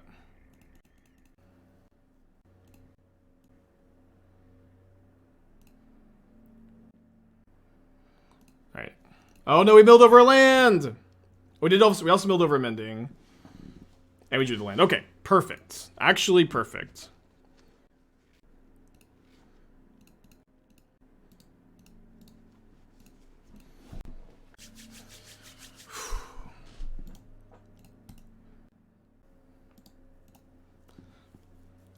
Well, we milled over a Fatestitcher. So yeah, we'll just, I guess we can go off next turn. I'll just pass, Mending end of turn, discard this Fatestitcher, untap, go for the win. I guess my opponent could have some permission. They've shown us all these blue cards. It'd be weird for them to be on like the Blood Moons and the Blue Hate. Maybe they pivoted post board. I just love for them to like tap out for Blood Moon, I spell Pierce, untap, win. We have Leyline? Or I guess what are we confused about? Oh yeah, so yeah, why they're not taking the free mill. A land would let me hold up some permission here, although probably doesn't cost me very much to just wait a turn and Teferi.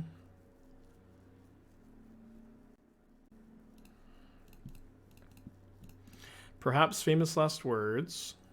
One thing I like about this deck too is you actually can and are supposed to just leave up 2 Triomes.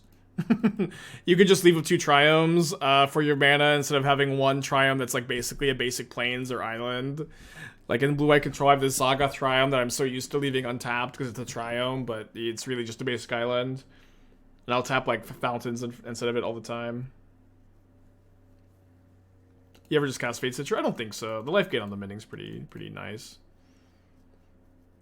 Okay, we are 3-0 to start the day. 3-0.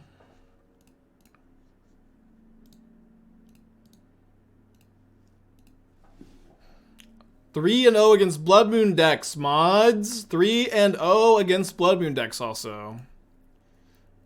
Not only Blood Moon decks, but Blood Moon decks that cast Blood Moon.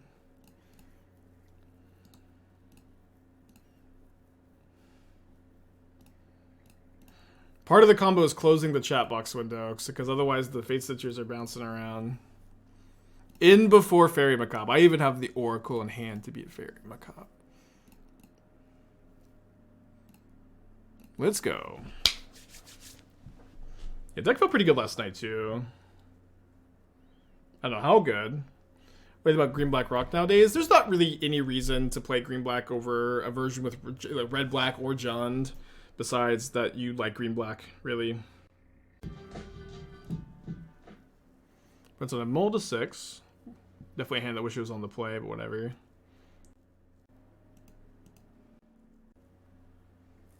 So they're on a Mold to 5 with the Wooded Foothills. Yet another dastardly Blood Moon deck, probably. So I think I'll play the Xander's Lounge. I could maybe go like Plains next turn, Mending if I want to. I could also just like cast the Orb, we'll see. Probably Creativity, so maybe not a Blood Moon deck, right? Can't wait for this deck to show up at RCQ and go 0-3. Yeah, that's not an unlikely record, you know. These kind of decks are very difficult to play, you know what I mean? Which is why I like to test them off stream, is because I also stumble through them at first, always. So I don't think I need to play around Blood Moon. Love to say that. I think I'm just going to jam the Orb.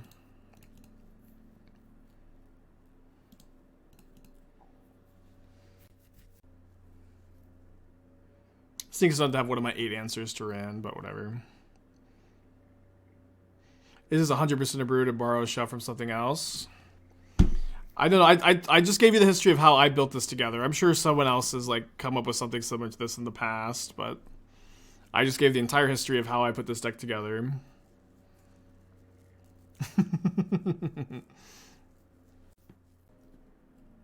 That's okay. Yeah. So again, just brief history. I don't know why I started looking at Mesmeric Orb, but I was just like, is there any card in Modern that combos with Mesmeric Orb? I looked at every single legal card that untaps a permanent, and hold on. I think I'm just gonna go Ending on the Ren.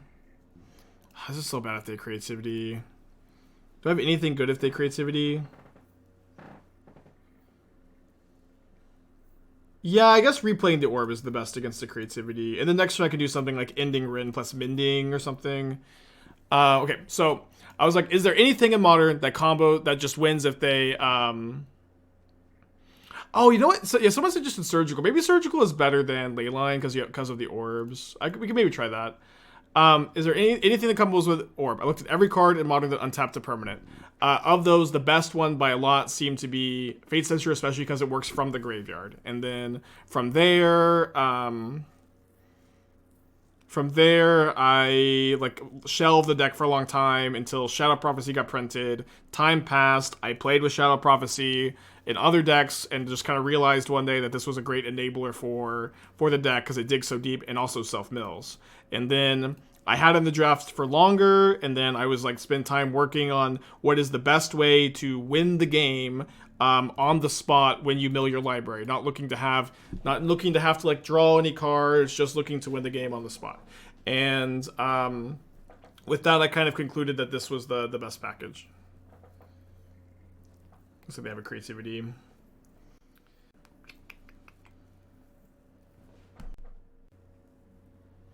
Yeah, Surgical seems better. We'll probably do that for next league.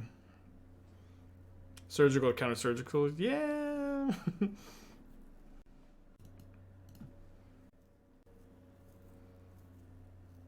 Alright, Melitol is probably going to be too low for Prophecy. So if I mill over 2 Fatestitchers, life's pretty easy here. Assuming my orb doesn't get removed. Still only 1 Stitcher in the yard.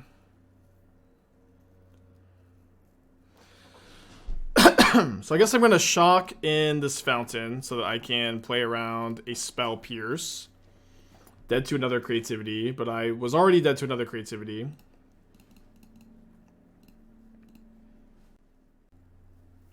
Deck tech for Death Right. I hope I didn't miss a deck tech, but chat always goes crazy during these new Brew streams. Scale of Dark Confident Ren 6, how good is the deck? I mean, I get these kind of questions all the time when I play a new deck on stream. How good is the deck? Obviously, that's like a good question to ask, but this is like my...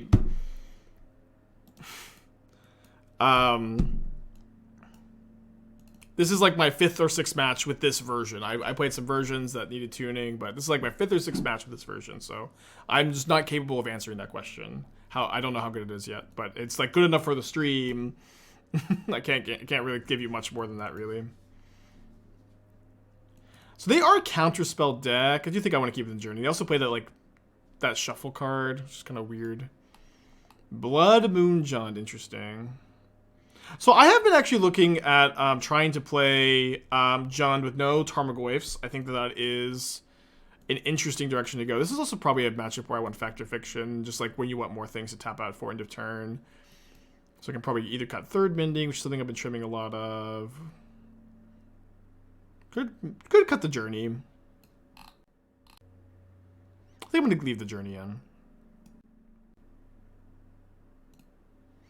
That being said, I think Soul of Windgrace is not a card I'm really interested in playing without Urza Saga, so that is definitely a change I would make right off the bat, is not play Soul of Windgrace in this deck. As much, obviously, like, you know, I'm like a huge fan of that card, but it's just not something you want without sorry, not something you want without Saga. Also, you're not playing Blood Moon. you have Magus main Blood Moon side. You want Blood Moon main Magus side. You want to flip that. You want to flip that, I think. I could Needle Red in 6 on turn 1, I guess. That's maybe a better use of my mana. But Magus is too fragile to red removal, Fury, Solitude to want to main deck that instead, in my opinion. What is the purpose of Journey? So when you have Orb in play and you're going for your Fatestitcher part, none of that is counterable. And so if your opponent has a counterspell, they'll counter your Unburial Rites. So you want to be able to have a Memory's Journey so that you can, on your upkeep, not deck yourself when you mill your library, put 2 Oracles on top, and then have 2 more chances to, win the game with your Oracles. So you want to keep them in against decks with instant speed interaction counterspells. I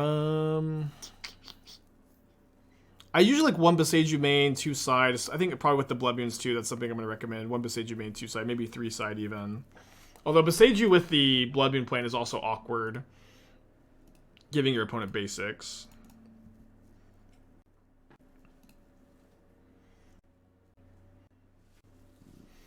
I mean, it does feel like your opponents always have Spell Pierce. I'm okay just passing back here. Yeah, I think 1 Croxa would be fine. It's obviously worse with Blood Moon. It was pretty good with the Fable. Like, I think you probably want to go Souls for Fables.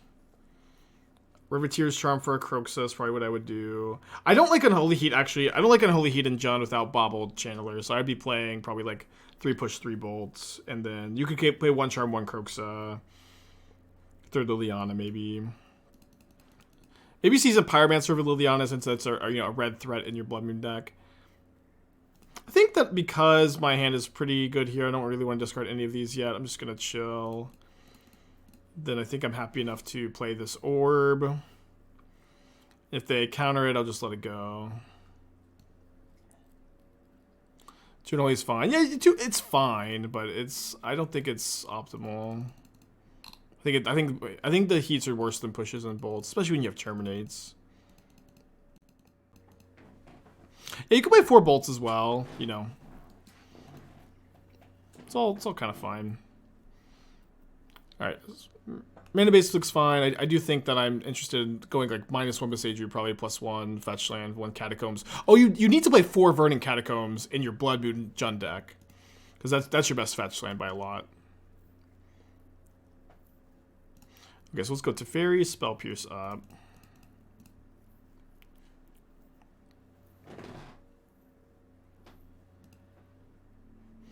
I'll draw a card because of Binding. Garth, One Eye, and a Goryo's Reanimator deck. I mean, a Goryo's Reanimator deck is not going to be interested in playing Planeswalkers, which you need to be playing in your Garth deck. So I'm a bit confused why that's something you'd want. Let me draw a Fetch Land and go like Prophecy plus Binding next turn.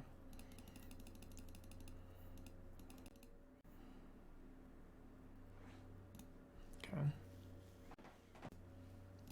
Garth? Not Karth. Oh, I love Garth. There's like, it's not good enough to Goryo's probably. Sideboard looks like relatively stock. I like the Orvars a lot. I would probably even be like on like 2 Boseijus top actually because if you're gonna be so in on the Blood Moon plan. But a pretty sweet list. I think it's a reasonable direction to go. Okay, so let's go Binding. Resolve so fast. Prophecy for 4. I get the idea for that. Oh, I've talked about the entomology a lot, but this has been one that's been cooking for a long time. Is the, I guess, history. Okay, so if they have Spell Pierce, they can Spell Pierce this, like no matter what. So I'll just get Xander's Lounge.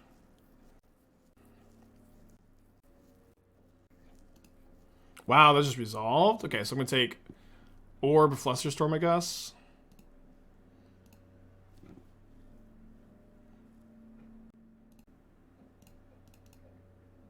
They're supposed to hold this for Mending. We didn't get a card off Teferi. Yeah, I thought it was good to do it in step. Because like I don't want to go main phase Binding, my opponent's Binding, Teferi minus, because they have a fetch land. They can just get a Dwarf and kill my Teferi. And this is only bad against Boseiju, and Boseiju gives me a land, you know.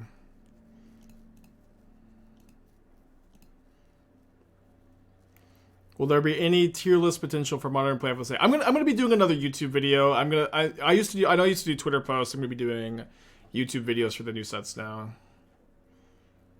For the time being. So I wish I could go Mending plus Flusterstorm. I think I'm just going double Spell Pierce. Or maybe I go Spell Pierce. I would go Spell Pierce Flusterstorm if they left up white mana, because then they could have another binding. But I guess maybe Flusterstorm is still better. No, Flusterstorm is better to try to beat a creativity. How did the crew get Avalanche Traders end up doing? I think we went 3-2. It's probably gonna be up on YouTube at some point. Okay, and then here I think I'm supposed to cast the Mending just to have the highest chance to mill over or find 2 Fatestitchers. Keep the Prophecy. Prophecy can also find me the combo, though at a detrimental amount of mana for sure.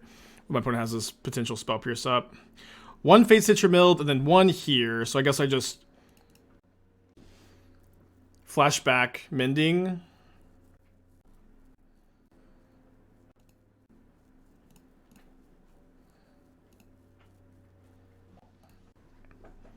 Kind of doesn't feel like my opponent has anything. We'll see, though.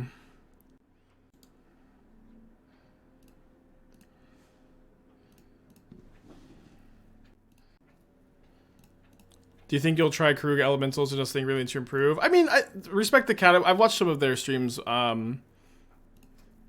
Their list is pretty good. Usually like when there's one streamer working like super hard on one archetype like this, I don't like just try to like butt in and make like a couple small changes, because if anything it would just be like a couple small changes.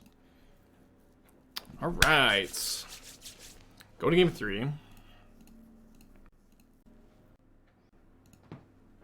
Thinking Garth could be using Goryo's sideboard to beat Blood Moon. Can get a Lotus to pay for either binding or disenchant the Blood Moon. I mean, it's 5. I don't know. A 5-color legend doesn't seem like the best way to beat Blood Moon to me, but I understand that you're trying to vengeance it, but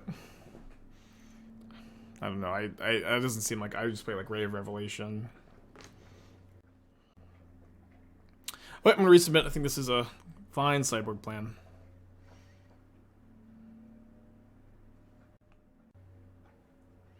Gonna keep on the draw, I guess. Pretty bad. His hand's terrible against Ran 6, but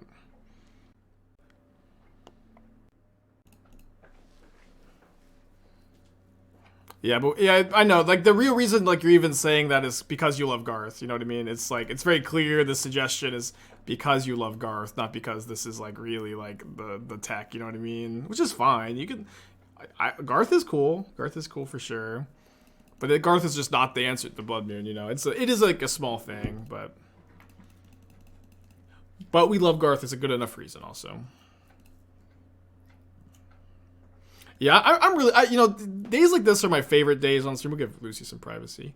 Days like this are my favorite days on stream. Just wake up excited to like show off the new brew that I worked on last night and like felt good. It's just what I live for, I guess. This is my jam. I'm not gonna jam the Teferi here. Hoping to resolve this Factor Fiction. I'm liking the idea of 1 Factor Fiction in the sideboard for matchups like this where you play draw go a lot. I had 2 in like my first draft. I decided I just wanted to play 1. Oh, they're missing their land drop. So they have only 1 blue source available. And they don't have 3 mountains in play. So if my opponent had 3 mountains, I don't know that I'd be jamming the Teferi here. But because they can't Dwarven Mine creativity next turn, it should be pretty safe to cast this Teferi. The only thing I really lose to is like Spell Pierce plus Veil of Summer. Which is like, I think, a narrow enough range of things to just go for it here. Then I'll play around Binding by drawing a card. If I thought I would cut a recto sack for intent, or think it should even be there, I don't know. I will try it. I haven't figured it out yet. I don't start deck building until we have the full spoiler out, especially in a set like Brothers War, where there's just like, you know, a ton of like the whole set is synergistic artifacts. So I just want to wait till I have the whole thing in front of me, and you know, deck building doesn't like first draft of deck building doesn't usually take more than like 2 or 3 days, which you know you have time for. The dog will leave. She's, you know, licking her toes, so I gave her some privacy. But she's still here. Her fur is looking like very healthy and nice, by the way. After, you know, when we got her fur was really, really gnarly. Damn it. Well, that sucks. Binding plus Teferi is, you know, bad beats. We do have Factor Fiction to tap out for. And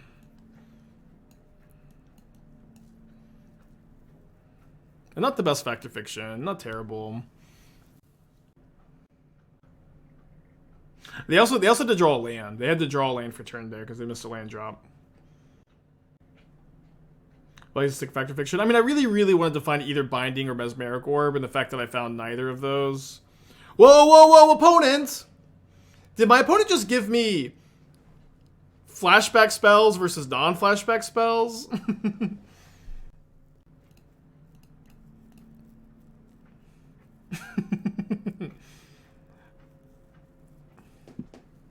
I'm gonna name Renin 6, I think. Okay, that Factor Fiction got a lot better. It got a lot better when my opponent decided to go, alright, you can take the flashback spells or the not flashback spells. Yeah, maybe they have Graveyard Hate, but even then, I'm not that worried about it. So they can go instant speed. Reanimate. Don't think I need another blue source. Maybe I do. I feel like they're gonna creativity on 1. So maybe I'm just supposed to be like, I guess giving them a binding is kind of bad. Could leave with the work on Sackett. Yeah, I could. It's a weird one to have here. They reveal Leyline Binding, which they can play, I guess, on the Needle here. This Dwarven Mine is obviously pretty obnoxious. I think I'm just gonna draw a card. Really hope to find one of my own 4 bindings. Another Fatestitcher, not very helpful. I will play an Oracle, looking for binding, mending. Here's mending. And this can block the dwarf potentially, although they can just bounce my Oracle, but that's not the end of the world either.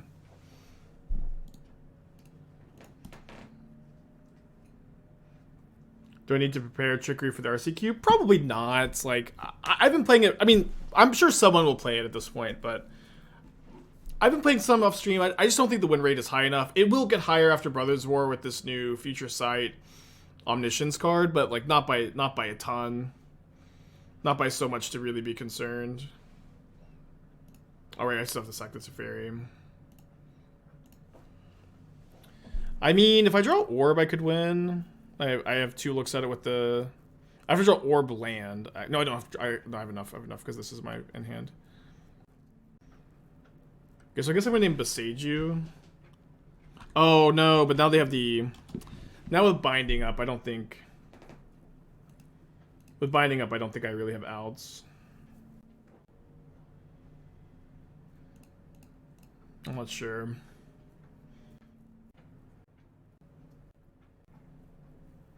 Oh, I have 3 Fatestitchers. I don't think that this works, though. I think if I had 1 more blue mana, maybe it would work. I think I have to hope that they mess up on the timing of the binding. Okay, they just binding the orb. It depends on when they go for it. Also, like, if they binding my Fatestitcher here, they lose. Tap the garden. I could do that if I had 1 more mana, right? The problem is I don't have enough blue mana. I had a decision to fetch more blue mana earlier. This actually maybe works. Hold on.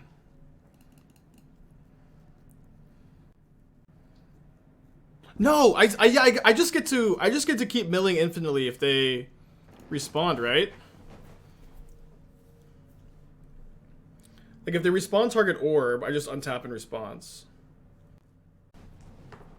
But I think I'm still 1 mana short if they target the Stitcher, right?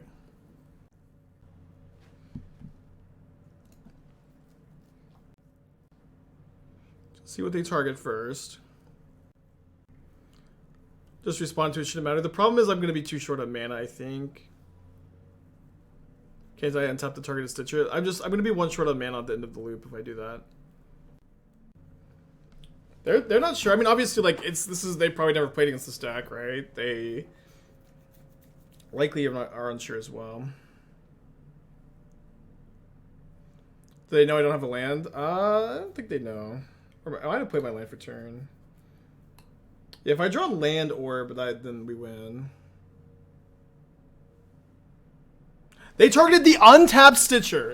Yes!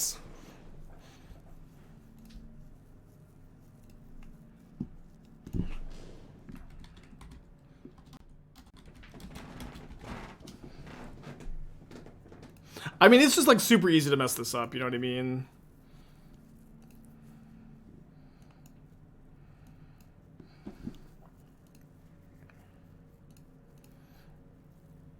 This is, this is absolutely a strength of playing, rogue decks, is that, like, my opponent has literally never played against this before. They're gonna mess up.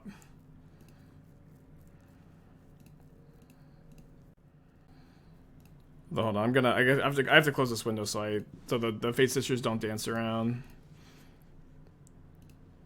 Don't come off anyways. No, I know chat thinks I win anyways, but if they target this first Fatestitcher, I don't get this untap that's on the stack, and I'm gonna be short 1 mana of casting the Oracle.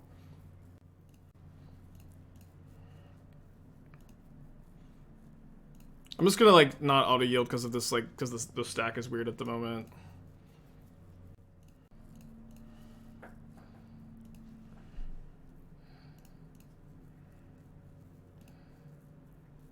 I don't know. I'm worried about the always yes. I know it should be fine, but I'm so hyped. I really don't want to mess this up. I'm just gonna take my time.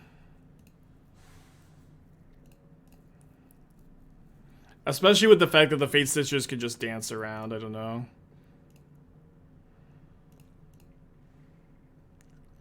You can resolve the stack. Yeah, I know it should be fine. I'm just being extra careful because I'm a big dumb guy who misclicks stuff on stream all the time.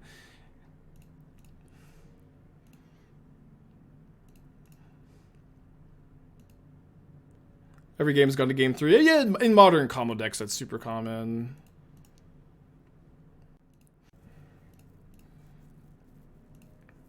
Yeah, I have to make sure that this one on the left is tapped when I finish this loop.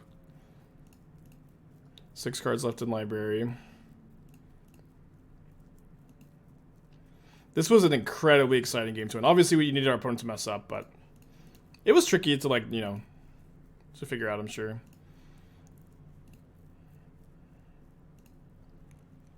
Okay, so now I just go untap this. Let the binding resolve.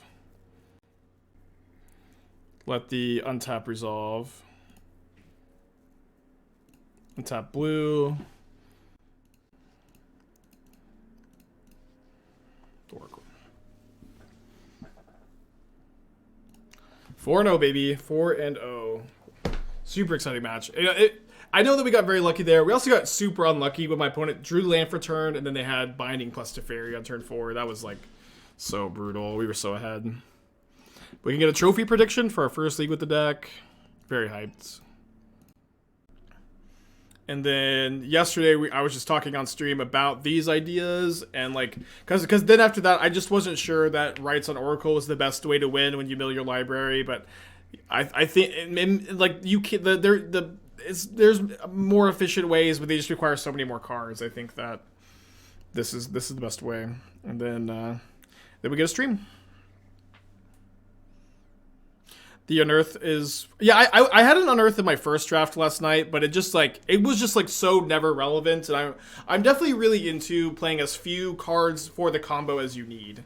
So it's like the unearth is like really only good if it's in your hand naturally and you mill your library and you don't have and you only have 1 mana when you're going off, which will happen some amount of the time, but I think it's just more often going to be like a relatively dead draw. I know you can cycle it, but... Fuck. Dude, Burn has been preying on me lately. Shadow Prophecy, not its best against Burn. Binding is good against Eidolon, though. Oh, the Unearth on the Stitcher. Yeah, that's fair. That is true. I do have Faithful Mending to gain some life.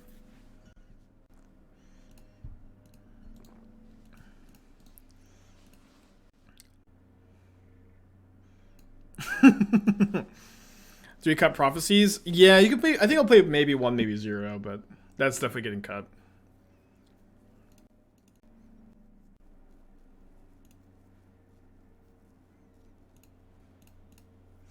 But again, I'm like for the most part, suggestions are like, oh, if this is in the hand when we combo, I'm just like not that into it. It's like you can have a Thoracle in your hand and like that's good enough, but it's like I'm mostly interested in being able to combo without needing anything in my hand. And just have a orb in play and then set up for the combo. I think that's cool. Yeah, I guess I'm just gonna get the orb in play. The sooner you get orb, the sooner you find Fatestitchers. I'll remember to tap my lands at a turn. I can also mill over Faithful Mending with the orbs and gain life here. Hey, Crit Bros. Is Can't Stay Away better than Rites? Can't Stay Away is 5 mana to flashback instead of 4 for the Rites, so I would say it's definitely worse. Okay. I guess that actually doesn't deal me any damage with my combo.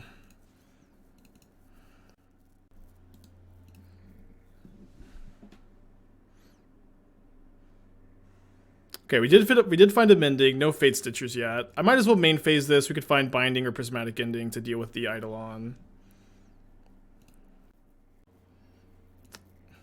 Worst against the Skullcrack to main phase this.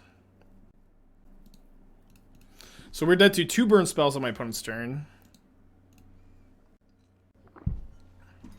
Am I down on... I am the world's biggest otherworldly gaze hater.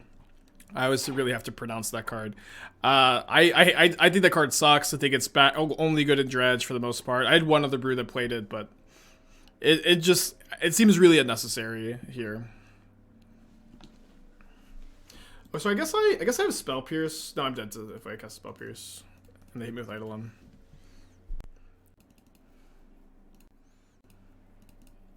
So notably, we can win through Eidolon because we're not casting any spells that Eidolon triggers on. Obviously, they could have a burn spell. I have to hope that they don't. But we don't mill over our Fatestitchers, and we lose.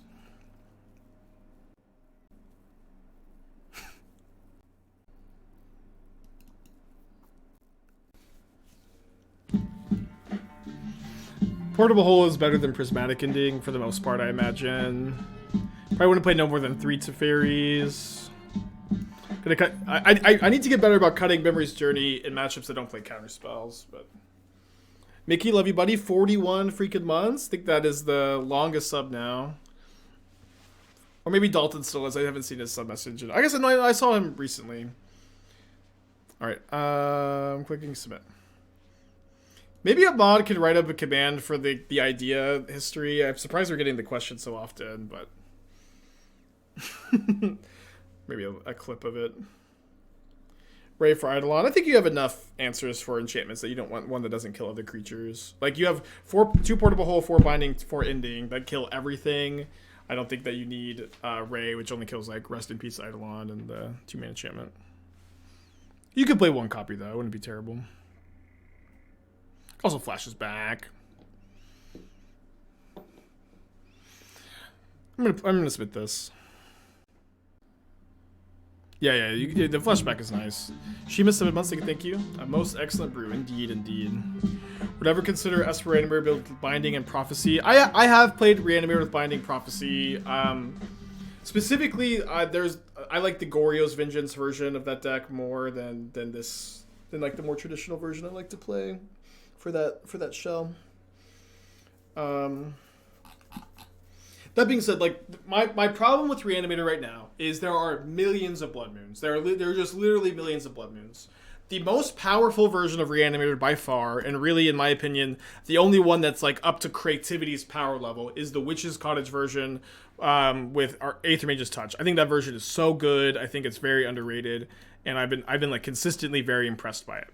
That being said, that version is incredibly bad to Blood Moon. Worse than even like creativity against Blood Moon.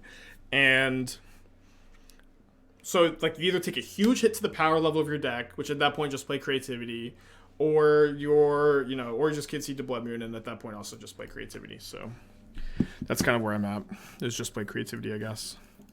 Until Blood Moon becomes less popular, or you can figure out some way to like be super good against Blood Moon. But the problem is it's like really hard to sideboard against Blood Moon and Graveyard Hate, you know what I mean?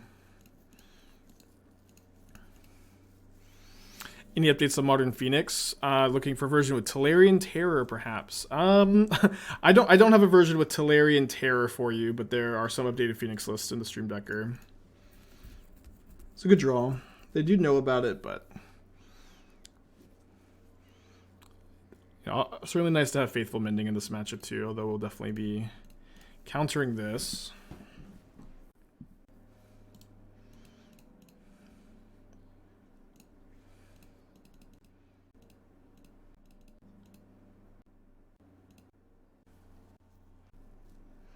So spins a Rift Bolt, so finding a Teferi would be nice. Also certainly nice that we could counter a Skullcrack. Alright, I think I'm gonna discard Mending for graveyard value. Obviously, like, it's 2 more life, but the card disadvantage is really gonna start to add up if we keep it in the hand here.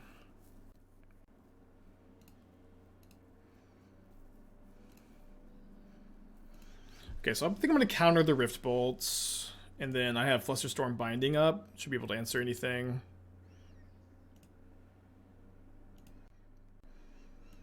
Would Blood Moon be less popular if there was actual color-shifted Blood Moon reprint like Islander Swap Moon? I mean, this kind of question is maybe interesting, but it will never happen. They will never print a color-shifted Blood Moon, so it's just not... doesn't matter to really waste brain power on, probably. Okay, I do like that it feels like we can play the control role in this matchup. Upkeep Boros Charm. Well, Boros Charm is definitely worth countering. Never say never. I say never. I will do something. 24-hour stream if they ever print a color-shifted Blood Moon.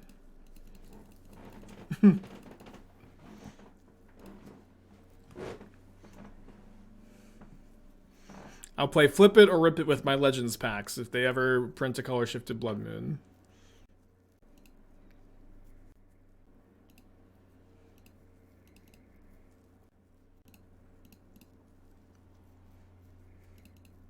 That's tough. I feel super confident with this. I feel super confident with this statement. Okay, 2 Fatestichers in the yard, so we just need to find an orb. Right, a healthy 15 life. Yeah, unless, and literally the only way it ever happens if like someone from Wizards hates me and they're watching right now. You know what I mean? That is the only outcome where this happens, which is, fair enough, I guess. Let's go. Kind of wish I had the 4th Mending right now. It's kind of weird. I haven't wished for the 4th Mending until this matchup. Isn't there already Black Blood Moon? Nope. there's a card called Bad Moon. It doesn't. It's a black card with a moon on it, but that's probably where the similarities end. Crockett, 8 months, thank you. Yeah, Core Firewalker, where are you at? A deck tech? Okay, we will get to the deck tech after the match. And if you're not comfortable with waiting, then you can get a refund. Probably not a hand I can mulligan. This hand is so bad against creatures, though. I think you should play Zagoth Triome, Rogran Triome. This way you can fetch Green Triome, Plains, his first 2 lands against Blood Moon decks. Let me think about it a bit more. I have a hard mulligan. I should actually mulligan, I think. Just like no removal spells on the draw against burn is just asking for death, you know. And what do we say to the god of death, chat? Not today. Damn it, they didn't have a creature. Okay. We say, damn it, they didn't have a creature. I guess I'm going to get the Bant Triome. So Zagoth, Rogran, both of those also all get fetched by Marsh Flats, Delta, Hallowed Fountain. Okay, never mind. Hand was a genius keep, actually.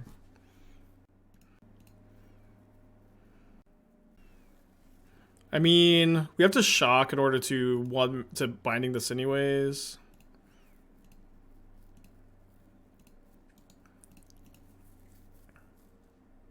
Okay, and so then Rogran Triome, Swamped. Oh, okay. Well, okay, this is fine. This is fine, actually. Rogran Triome, Swamp, or Zagoth Triome, Plains. We still can't cast Mending. It's an interesting thought. I'll definitely think more about it. I think it's obviously like super marginal. Like you do want to fetch your green source more aggressively because of the Memories Journey, but just have to make sure. I have to think about it. It's a pretty good draw. Do you think I want to play the Orb just so I can try to combo as quickly as I can?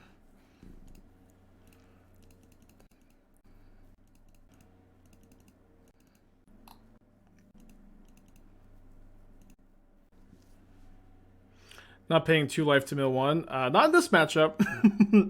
We also, yeah, you also still get to mill 1. You still get to mill 1. I see the Kappa. I see the Kappa. Okay. Let's put a blue.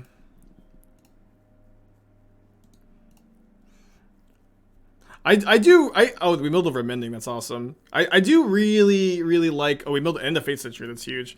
This game plan of just have the Orb in play. Buy time, stall until you're able to go off.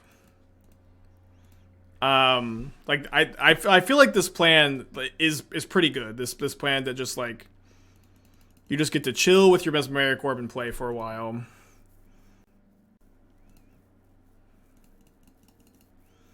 And then eventually you'll be able to win the game. Kind of thought they'd Skullcrack. Let me see if they have 2. I'm gonna cast this in response.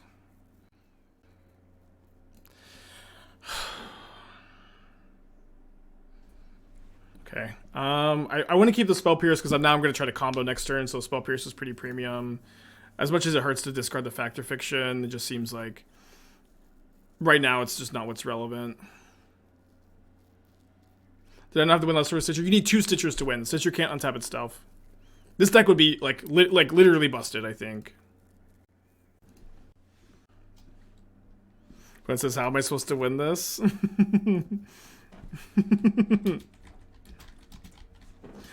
Not get so flooded is probably step 1, opponent.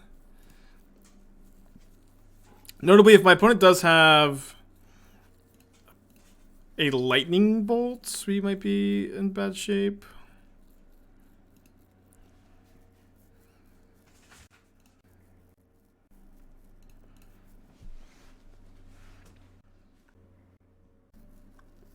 So I cut my Memories Journey.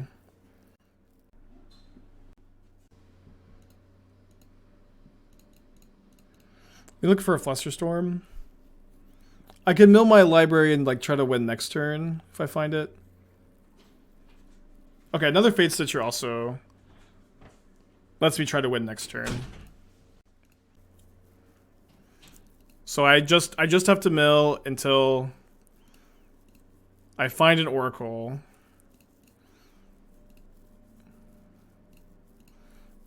And then go down to 1 card in my library.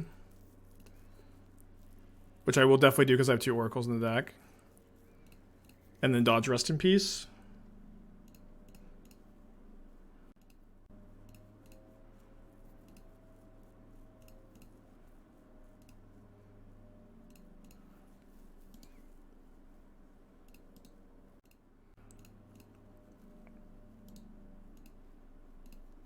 Go down to 6 or 7. I don't... Why?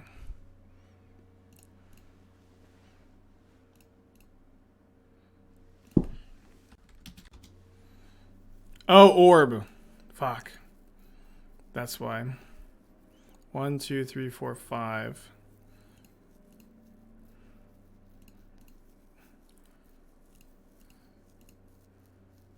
So these are going to get exiled.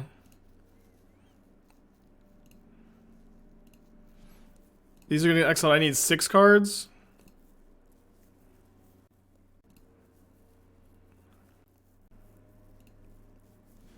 Right, so I untap a Spara's Headquarters now, 7 cards. If I Spell Piercer, Leyline Binding, I go down. 7. Untap Stitcher, 7. Untap Land, 6. Go down to 1.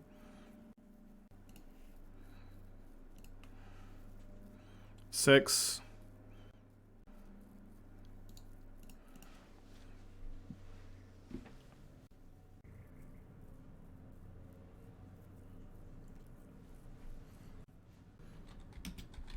But so if I play my Sanctifier next turn, I win. We'll see if they... I assume they don't have it in hand at the moment.